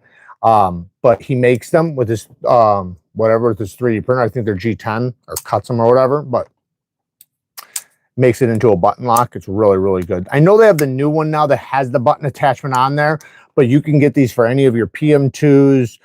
Most of your Spydercos you can get it for. CME from OCD for EDC. Definitely recommend them. They change your Spydercos. It's the best thing. It is, right? And then, because, man, I used to hate when I have to open up my knife left-handed, because then I'd be sitting there like trying to fucking figure it out, and I'd have to put my finger there and go like that. But now it's just like a button lock. You can just close it. Jared, were you serious when you said you've never owned a rose? I've never owned a rose, you know. It's not a choice. Well, so I talked to the dude at Atlanta Blade Show, and we did talk about him possibly sending me one for the channel. I'm not really buying much. The companies mostly send stuff, so I don't really need to. Of course, if there's something really special that I want, I'll buy it, which I do really like the Rosies. But it's just tough for me to buy a Rosie because I can't link it. I can't, you know, like when I show it on the channel, I'm showing it based on just me, not on you guys. And the channel is about everybody, right? If I show the Taipan, I can recommend it because I can link it, right? If I show this, I can everything, 99.999999% of everything, I can link anything I show you guys. But then there's some stuff out there, just certain things out there. It doesn't matter how much you love them. It's something that it's like, man, am I even gonna, I won't want to show it on the channel because I can't. I enjoy it when I can enjoy it with you guys, you know. It's not as big. It used to be an enjoyment for me to be like, I got one and you don't. But now I'm more like, man, I want everybody to fucking feel what I'm getting. And I can't do that if nobody can get it. But I do want one, and I'd love to feature on the channel a bunch of times, you know. It's just something that I wouldn't be putting in every other video. You know, just because, you know, like I said before, I've told people this before, and this was like a couple of years ago. I said, if a knife becomes unavailable, I'm not going to show it no more, because that doesn't make sense for me to sit there and fucking show. You guys notice I don't even show my own designs often anymore, except for the ones that are available, because if they're not available, why would I push it down your throat and show you guys how cool something is and you can't fucking get it? So. Oh, I'd appreciate that, man. That'd be cool. I know, man. I love them to death, man. I like. There's so many fucking knives. I'd love to have in the collection. But also, this is the thing with some of the companies. Though some of the companies need to fucking, you know, loosen up a little bit and give your brother a fucking affiliate link. I'm obviously halfway joking, but only halfway. Because I get links to everything. So there's not much I don't. So if there's one company out of 1,000 that won't give me a link, who cares, right? It's not that big of a deal. But it'd be better for them if they did. Do you know what I mean? Like, it's not even about me. I don't give a fuck if they do or not, but it'd be better for them, because I'm not going to throw links in my descriptions to things I can't, you know, that it's not an affiliate link. Otherwise, no company would ever give me one. Yeah, that's what I think people got to understand. And also companies that send stuff, like, because I've had companies like send stuff and then they're asking me to put their links in there. And it's like, I'm not putting it in there if it's not an affiliate link, and they don't understand why. And it's like, because if I did that, there's no company that would ever give me one. They would all expect me to just put it in there. They'd expect me to do everything just for fucking the fuck of it. Of course, every company, if they can, is going to take advantage. That's just companies, right? I don't blame them for it, but I just won't do it. And then it makes it to where now they have an incentive. Like, if they want me to put the links in, then give me an affiliate link, and then they do. So, but the ones that don't, though, the problem is the ones that don't, they typically will wind up sitting, or they'll wind up sitting on the site. Now, if they don't have no problem selling out constantly, then there is no point, right? There's no point to do it, and I don't blame them for that. And obviously, guys, I'm an open book here, so I know a lot of content creators aren't going to tell you this shit, but I'm very open with that. I don't really give a fuck. I try to just shoot it straight, you know, because I'd prefer you guys to know you're getting, you know, if you're using my links or if you're supporting the channel, you know who you're supporting in reality. And you know, like, I've never tried to fake that this isn't a business or anything like that. I've always said, you know, I'm here making money and it's a business, but I do it because I'm passionate about it. I do it because I genuinely mean what I say. And I can't, like, the same reason why I've gotten into so much beef with some of the makers and, you know, designers out there and companies is because they tend to, you know, play a game that, like, that I'm not going to fucking play with the audience. You know, it's like, not saying most people are great. Most people are amazing, but man, there's just some that it's like, it's all about them and making their money more so than the person being happy with what they got.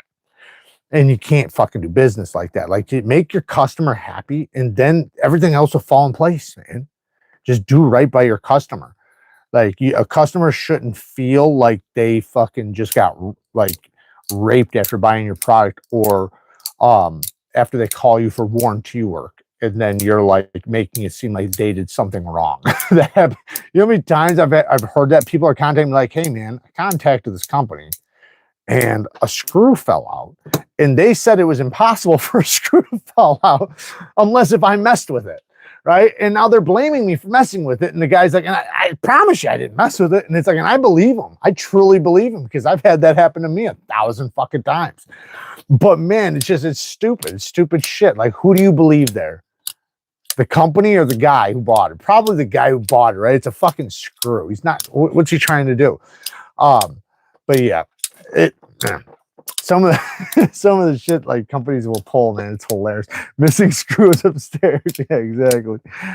Lots of people in personal defensive knives, guns are experts in douchey edge. Yeah.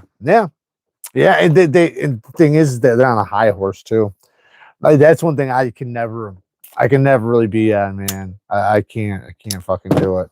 Not that I'm sure I don't have my moments, you know, but I'm joking. I like to goof around, but I listen to some people, man. It's like somebody showed me this message earlier from somebody. I don't want to say from who, but it's somebody in that arena. And everything he said was just bullshit. Like just utter bullshit. Like it didn't even make fucking sense. And it was about sharpening and stuff like that, about his knives and, you know, the sharpened edges. And it's like, who, like, you can sell that shit to somebody who can't just Google. I mean, but you can't sell that shit to everybody. And like, yeah, I don't know, man. It's fucking, it's ridiculous. Like I said, it's money, man. They're in it for the money. Once they got, you know, enough people buying the products, they kind of get on a high horse. And you see that from a lot of companies that have been around for a very long time. I think it's better just to stay connected with the community, man. Fucking have fun with it, man. Enjoy yourself. Love the people, love the knives, love the stuff. And then if you fuck up, man, just own it. Just own it. Hey, man, I fucked up, man. I messed up. I got this product out. I thought it was going to be better. It wasn't. This and this went wrong. Nobody wants to say that about their own products. Nobody. But sometimes you do have to be critical of your own shit. Fear no steel. Thank you for the 10 bones, man. I appreciate it. Thank you. Fear no steel. Is that triple B? That's triple B, ain't it? With that big brown bear on the fucking thing. It's gotta be fucking triple B. What's up, brother? How you doing, man? Thank you for the birthday gift. Rob's Nerdy Jim at HMC Knives sent me a transient, and it had G1 scales, which he used for the first time. One of the screws fell out, and I told him. He immediately mailed me another screw and polish. Yeah, that's usually the case. That's usually the case. But I couldn't tell you how many times, like, you know, I've dealt with shit, and then also like so many people, like people contact me, like ask me, like, hey man, do you have this screw? And I'm like, why don't you contact the company? Like, well, I did. And then they'll show me like the messages, and I'm like, what the fuck? Like, why would you, like, it's a screw, like as if you don't have fucking buckets of them, like to make it seem like that's a big deal. And sometimes it's a company that's doing very well, like they're not doing bad. But I mean, I've heard company, like I heard one company. This is a funny one. Man, this is a while ago, but it was hilarious. The guy, the knives were horrible, by the way. They were fucking bad. But he was blaming the buyers for like trying to rent his knives. Like, you know, like they bought them just to try them and then sent them back, right? They just wanted to try them. Nobody does that. And the people that do that are very few, and they're not the guys spending $400 or $500 on a knife. If somebody spends that on a knife, and it's a lot of people, and they're all returning it, something's wrong with your knife, right? You don't blame that on the people, right? But he did. He made a video about it and made it like, it was like so cringy. Like, dude, nobody's fucking buying your knives to just try to return back just for the fuck of it, just to try it out. No. If there was one person that did it, okay, but a whole bunch of people didn't.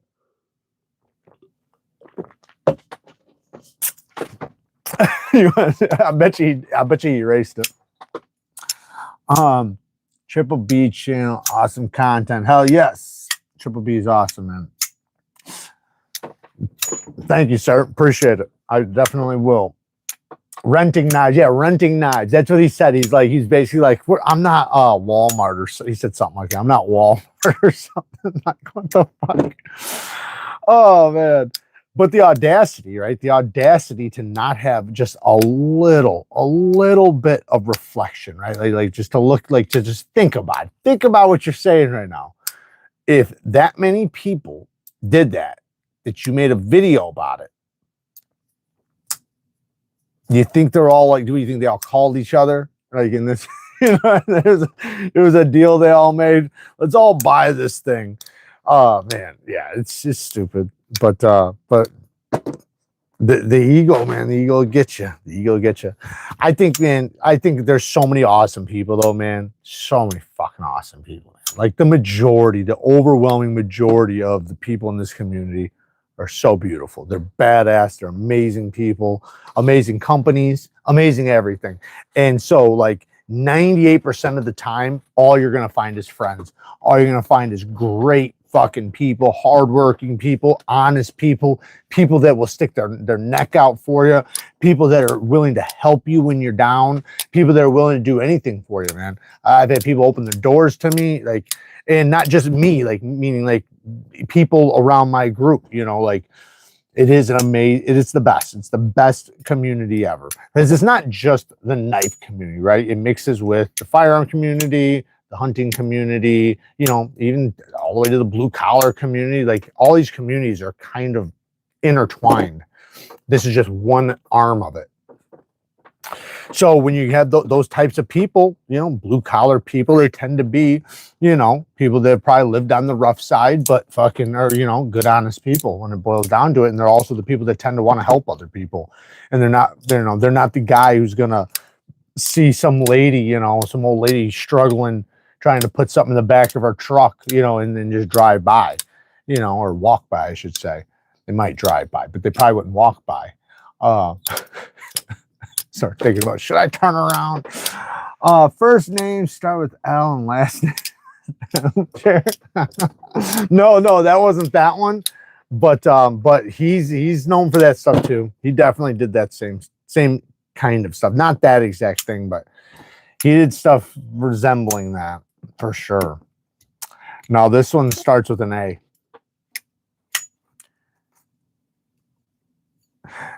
Yeah, I mean, I try to keep it fun, man. It is fun though. That's what it's supposed to be, right? We're supposed to have fun. Obviously, everybody's gonna have a bad moment or, you know, have a disagreement. I know I've had my fucking fair share of them with a lot of people, but I'm pretty reasonable, man. I'm pretty reasonable to work with. I've been through so much shit, man. Like so much shit, man. Like I don't fucking care nothing about getting into, you know what I mean? Because it's like my entire life was fucking dealing with reckless, crazy shit. You know, I feel good and comfortable, not you know, getting my hands dirty anymore and dealing with shit like that. But you know, not that the temper don't arise still sometimes, but it's, you know, it's better to be in a comfortable place that is predictable than a very unpredictable, crazy, you know, shit. So I've just been through too much shit. So now, like, when I think about some of this stuff, like, I have no want, you know, like I've just dealt with so much crazier that it's like I have no want or ability to even want to deal with it. And it's like, you know, just fucking, I'll just stay out of that shit. It's kind of hard to explain, but yeah, it's, I'm sure a lot of you guys know, like, man, when you've dealt with like certain crazy shits, it's like the other things are so minimal, they're so dumb. Like, it's like, this isn't even worth it. It's not even worth fucking arguing about. Do you take sharpening jobs, hold it, knives, tungsten blade? Hit me up on Instagram. There's a guy in the community that I recommend. He does really good work. I'll send you his link to his Instagram page, and he'll do it for you. If I stop at 600 grit, then I go to a ceramic to remove the burr, can I go back to the 600 grit lightly to keep a toothy edge? No, I wouldn't do that necessarily. So if you're talking about honing it, No, when you're honing it, you want to go with a finer grit, because when you do that, and I'm saying this based on most likely your angle will not be 100% perfect. So you're most likely going to just wind up needing to resharpen your entire edge if you do that. If you go from 600 grit, and then let's just pretend this is a ceramic, and you remove your burr on this, or a flat ceramic, whatever, right? And you remove your burr on it. Remove your burr like this, just FYI. If you're freehanding, do it like this. If you're doing it on a fixed angle, just keep the same angle. But if you're freehanding, right, say if you sharpen at this angle, right, when you go to remove your burr, go up just ever so slightly, because you're not going to apply pressure. You're going to do it so gently that it's not going to affect your scratch pattern. It won't affect it at all. It's too fine of a grit to affect it at this light of pressure. So basically all you're doing is fatiguing the burr to pop off. Like if you watch even like Triple B shit from, you know, a while back, like when you watch him doing his chef knives, you'll watch him going back like this and then forward. And he's going fast because it's so gentle. He's not fucking like trying to hold the angle perfectly. He's just, it's just like, it's like a glide thing. You'll feel it because you can feel the burr hitting the stone, and it just becomes a natural thing. And you're so gentle that it's not affecting the edge bevel. That will make the burr snap off perfectly and keep that 600 grit edge. Now, when you want to hone or strop, I would say go to a finer grit. I would say, like, I like doing the 3000 grit because your 600 grit scratches will still be there. But the 3000 or 5000 grit will be enough to clean and straighten out your apex, you know, because your apex would be like this, right? Say this is 600 grit edge. It's like this now, right? You need to straighten those teeth out and refine them and clean in between these serrations, which that's what a 3000 or a 5000 will do. It'll straighten out those teeth and just be very gentle, but get your bevel perfectly. Make sure you're watching your bevel, watch it barely hit that stone, and just do gentle passes. Gentle passes. That's going to straighten that edge bevel back out. It's going to refine those teeth just slightly, but not too much to where it's not still 600 grit. Then go to the strop. That'll clean in between the serrations, and you'll be good to go. You'll be able to repeat that over and over and over. Like I can do that. Like, do I have a 600 grit edge here? Oh, you know what? This one I think is 1000, but same thing like with this. Like if I wanted to refine this, I would just barely gently do. I'd find that angle perfectly, and I would refine it every time, because since I'm only doing a couple passes, I don't want to be off. I'm not doing 100 passes, so it's very easy for me to find my angle and be very gentle each time. Find it every single time. Feel it. If you feel one side has a little bit of a burr, go back on it and be very delicate on this last one. Like almost like you're almost like taking weight off. Because this is just because you might have created a microscopic burr. And it's like so microscopic, it's nothing. And then bang, right there. And then give it a couple passes on the strop. Clean in between those serrations, refine those teeth just a little tiny bit, and you should be ready to go. But it does take a little bit of practice getting that angle perfect on a flat stone. But a round stone, the thing I was speaking about this earlier, I'll say this again really quick. A round stone is like 5 times as effective as a flat stone. So always remember that. So if you're going to hone on this, it's going to be much more difficult for you to hone it rather than micro bevel. You're most likely going to micro bevel. But you can hone on it, but just you got to use almost no pressure and find that angle perfectly.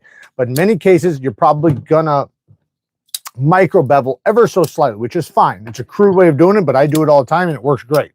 But the reason why is because, like I said earlier, if I apply pressure on this stone, right, and I put all my weight on it, nothing's going to happen, right? It's not going through the table. But if I do that with this fucking knife, right, and I put all my pressure on it, it's going to go through the table because it's a tip, right? It's precision tip. Same thing with this round stone. It's a pinpoint area that can only hit the edge at a time. Only one little pinpoint needle-like spot can hit the edge at a time. So with a little bit of pressure, you're doing like a lot more than you would if it was on a flat stone, because right now I'm distributing the weight, you know, like 2 inches, you know, or 1.5 inches probably across the stone. So a little bit of pressure is fine. You know, I don't have to worry about it, but with this you do. So just be very gentle and delicate, and just know that the biggest problem with people with rods, with ceramic, ruby, doesn't matter, any rod, they think they have to do more than you do. It's literally the least amount of effort tool, right? It's literally like this. Like when I, you know, in the kitchen or wherever, this is how much I do. I go like this. I literally go.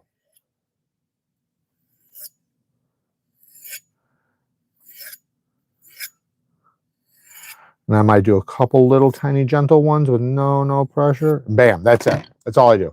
And then that actually fucking brought that thing back a little good. But that's it, because that's so much more effective. It's doing a lot more than it is, and people don't realize that. So then they put pressure and they wait. They sit there and, you know, a whole bunch of times, and it just works backwards. And it literally hurts their edge rather than makes it better. So in order for it to be effective, you have to, you know kind of what's exactly going on, and you know why you're doing what you're doing. And with rods, just be very gentle, be slow, and try to just hold that angle really good. And like I said, you can micro bevel with it. There's no problem. You probably will, but just try to make sure you're just doing the same angle each time. Sometimes I use my thumb. What I'll do is I'll go like this, and I'll hit that thumb on there, let that edge hit. Now I hold it. So now I can do one pass, and I can come right back and hit the same thumb spot. And you're back and forth. Now when I do this side, use my pointer finger, and I just make sure it's the same on both sides. Well, it's not going to be the exact same angle. It might be a little bit up. What I mean is that each time when I do this, it's going to be the same, because I'm using the same part of my finger. Just a little trick that you can do. Which rod would you recommend to buy? Well, ruby is a little more effective. Ceramic is a little more predictable, if that makes sense. Ruby, I would say go with ceramic, and I'm only saying that because you don't have one yet. Start with the ceramic, then move to ruby. Ruby is going to be a little bit more effective. So this is like if you had a diamond rod, you could get this and then the ceramic. You know, you could just get this. I'm not saying you can't, because absolutely you can, but it is a little bit more effective than the ceramic, but the ceramic is already super effective. So it's not like you're needing to add more effectiveness to it. So what it can do is it can backfire if you're not used to honing and you're not used to like micro beveling and stuff. So I would say just get a ceramic. Get a ceramic first, because ceramics are so good. They're awesome. And this is a multi-tool. I always say this. This is a sharpener's multi-tool. You can hone with it. You can do your burr removals with it. You can use it as a finishing stone. You can micro bevel with it. There's so many things you can do with it. But use my links if you're going to get anything. Links are down in the description. If you want anything from Amazon, like ceramic rods or anything like that, you can go right to the Neeves Knives Sharpening Store, sharpening supplies. It's underneath Neeves Knife Co. So not Neeves Knife Co. Go under that. You're going to see Neeves Knife Sharpening Supplies. That's the Amazon store. You can use the search bar. Once you click on the link, you can use the search bar and you can find anything you want. Even if you want to buy fucking, I don't know, toilet paper. Yes, those are some of the best. The Hapstone starts are the best diamond plates. Those are among the best diamond plates. I would say they might even have a little bit of a leg up on the Atomas. The Hapstone Start CBNs are the best, and they're only like $33 a piece. They recently came out with some 3x8 ones, but for the longest time, they only had them in 1x6. So I said that they were the best 1x6 stones, and that Atomas were the best for the 3x8s. But now Atoma raised their price by a shit ton, and Hapstone just put out their own 3x8 starts. So I haven't tried the 3x8s yet, but if they are anything like the 1x6s, then they are going to be the best 3x8 diamond plates. Not stones, but diamond plates.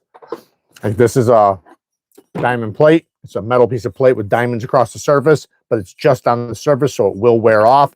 This is a diamond stone. The diamonds are mixed throughout this bond. It's on there, and it'll last 50 times longer than this.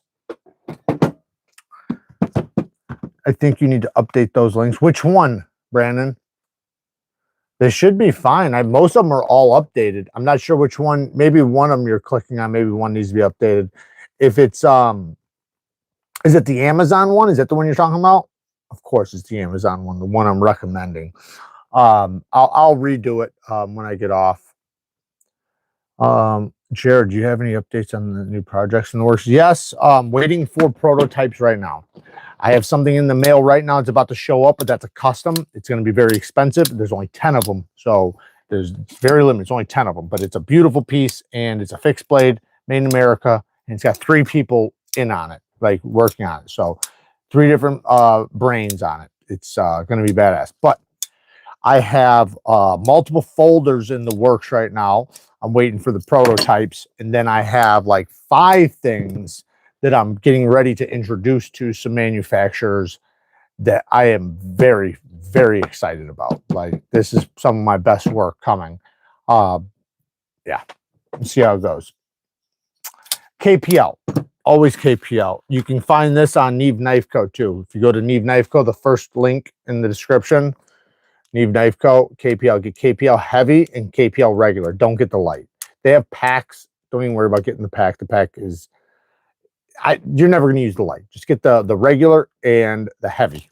The heavy is for detent balls, and the regular is for your bearings. I personally like the heavy more than even the regular. So if you're only going to get one, I would get the heavy. Yes, description, not subscription. Yes. I'm not sure. I thought someone tried to use a link earlier and it didn't work. I don't know. So you just got to go in the description. They should work. They should work just fine.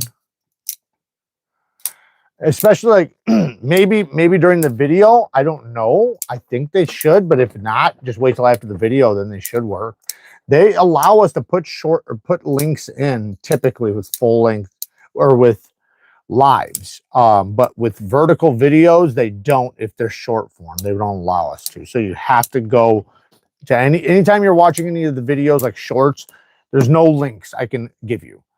Unless if it's something that's on the screen that they put there or something maybe I put there, because sometimes I do that. But if you see something, usually the full video is linked at the bottom of the screen, like right here where right here where the screen is. That's where it'll be. You just click that play button and it'll take you to a full video. That full video will have all the links in the description. Now, let's say it doesn't have a full video. Just go to my videos on my most recent upload and go in the description and you'll see all my links. I just use whoever's gun oil I got laying around. There you go. YouTube sale. Yes, I have a live sale tomorrow at 8:30 p.m. I'm doing a knife sale. I'm going to have everything from budget to premium stuff on there. Quite a few things. And it's going to be an awesome live sale. So maybe we might have some winner chicken dinners in there. I don't know. We'll see. Maybe we'll break the dice out again. You guys seem to like the dice. You buy something, you get a dice roll, and you can win up to 2 gifts based on the dice roll. Kara was saying I should do one where if you roll 2, you can get a the free knife and get it sharpened, or you can get 2 free knives. I don't know if we'll do that, but it was kind of a cool little idea. I just do whatever gun on regular KPL for bearings and heavy for detent. Yep. All right, guys, I'm gonna take off. Would you consider selling the Winter Blade Cofactor? I have 2 of them, 3 of them technically, but I only have 2 of the small ones. My other one's a large one. I'll think about it. Hit me up on Instagram, but probably not. But I mean, I might consider it.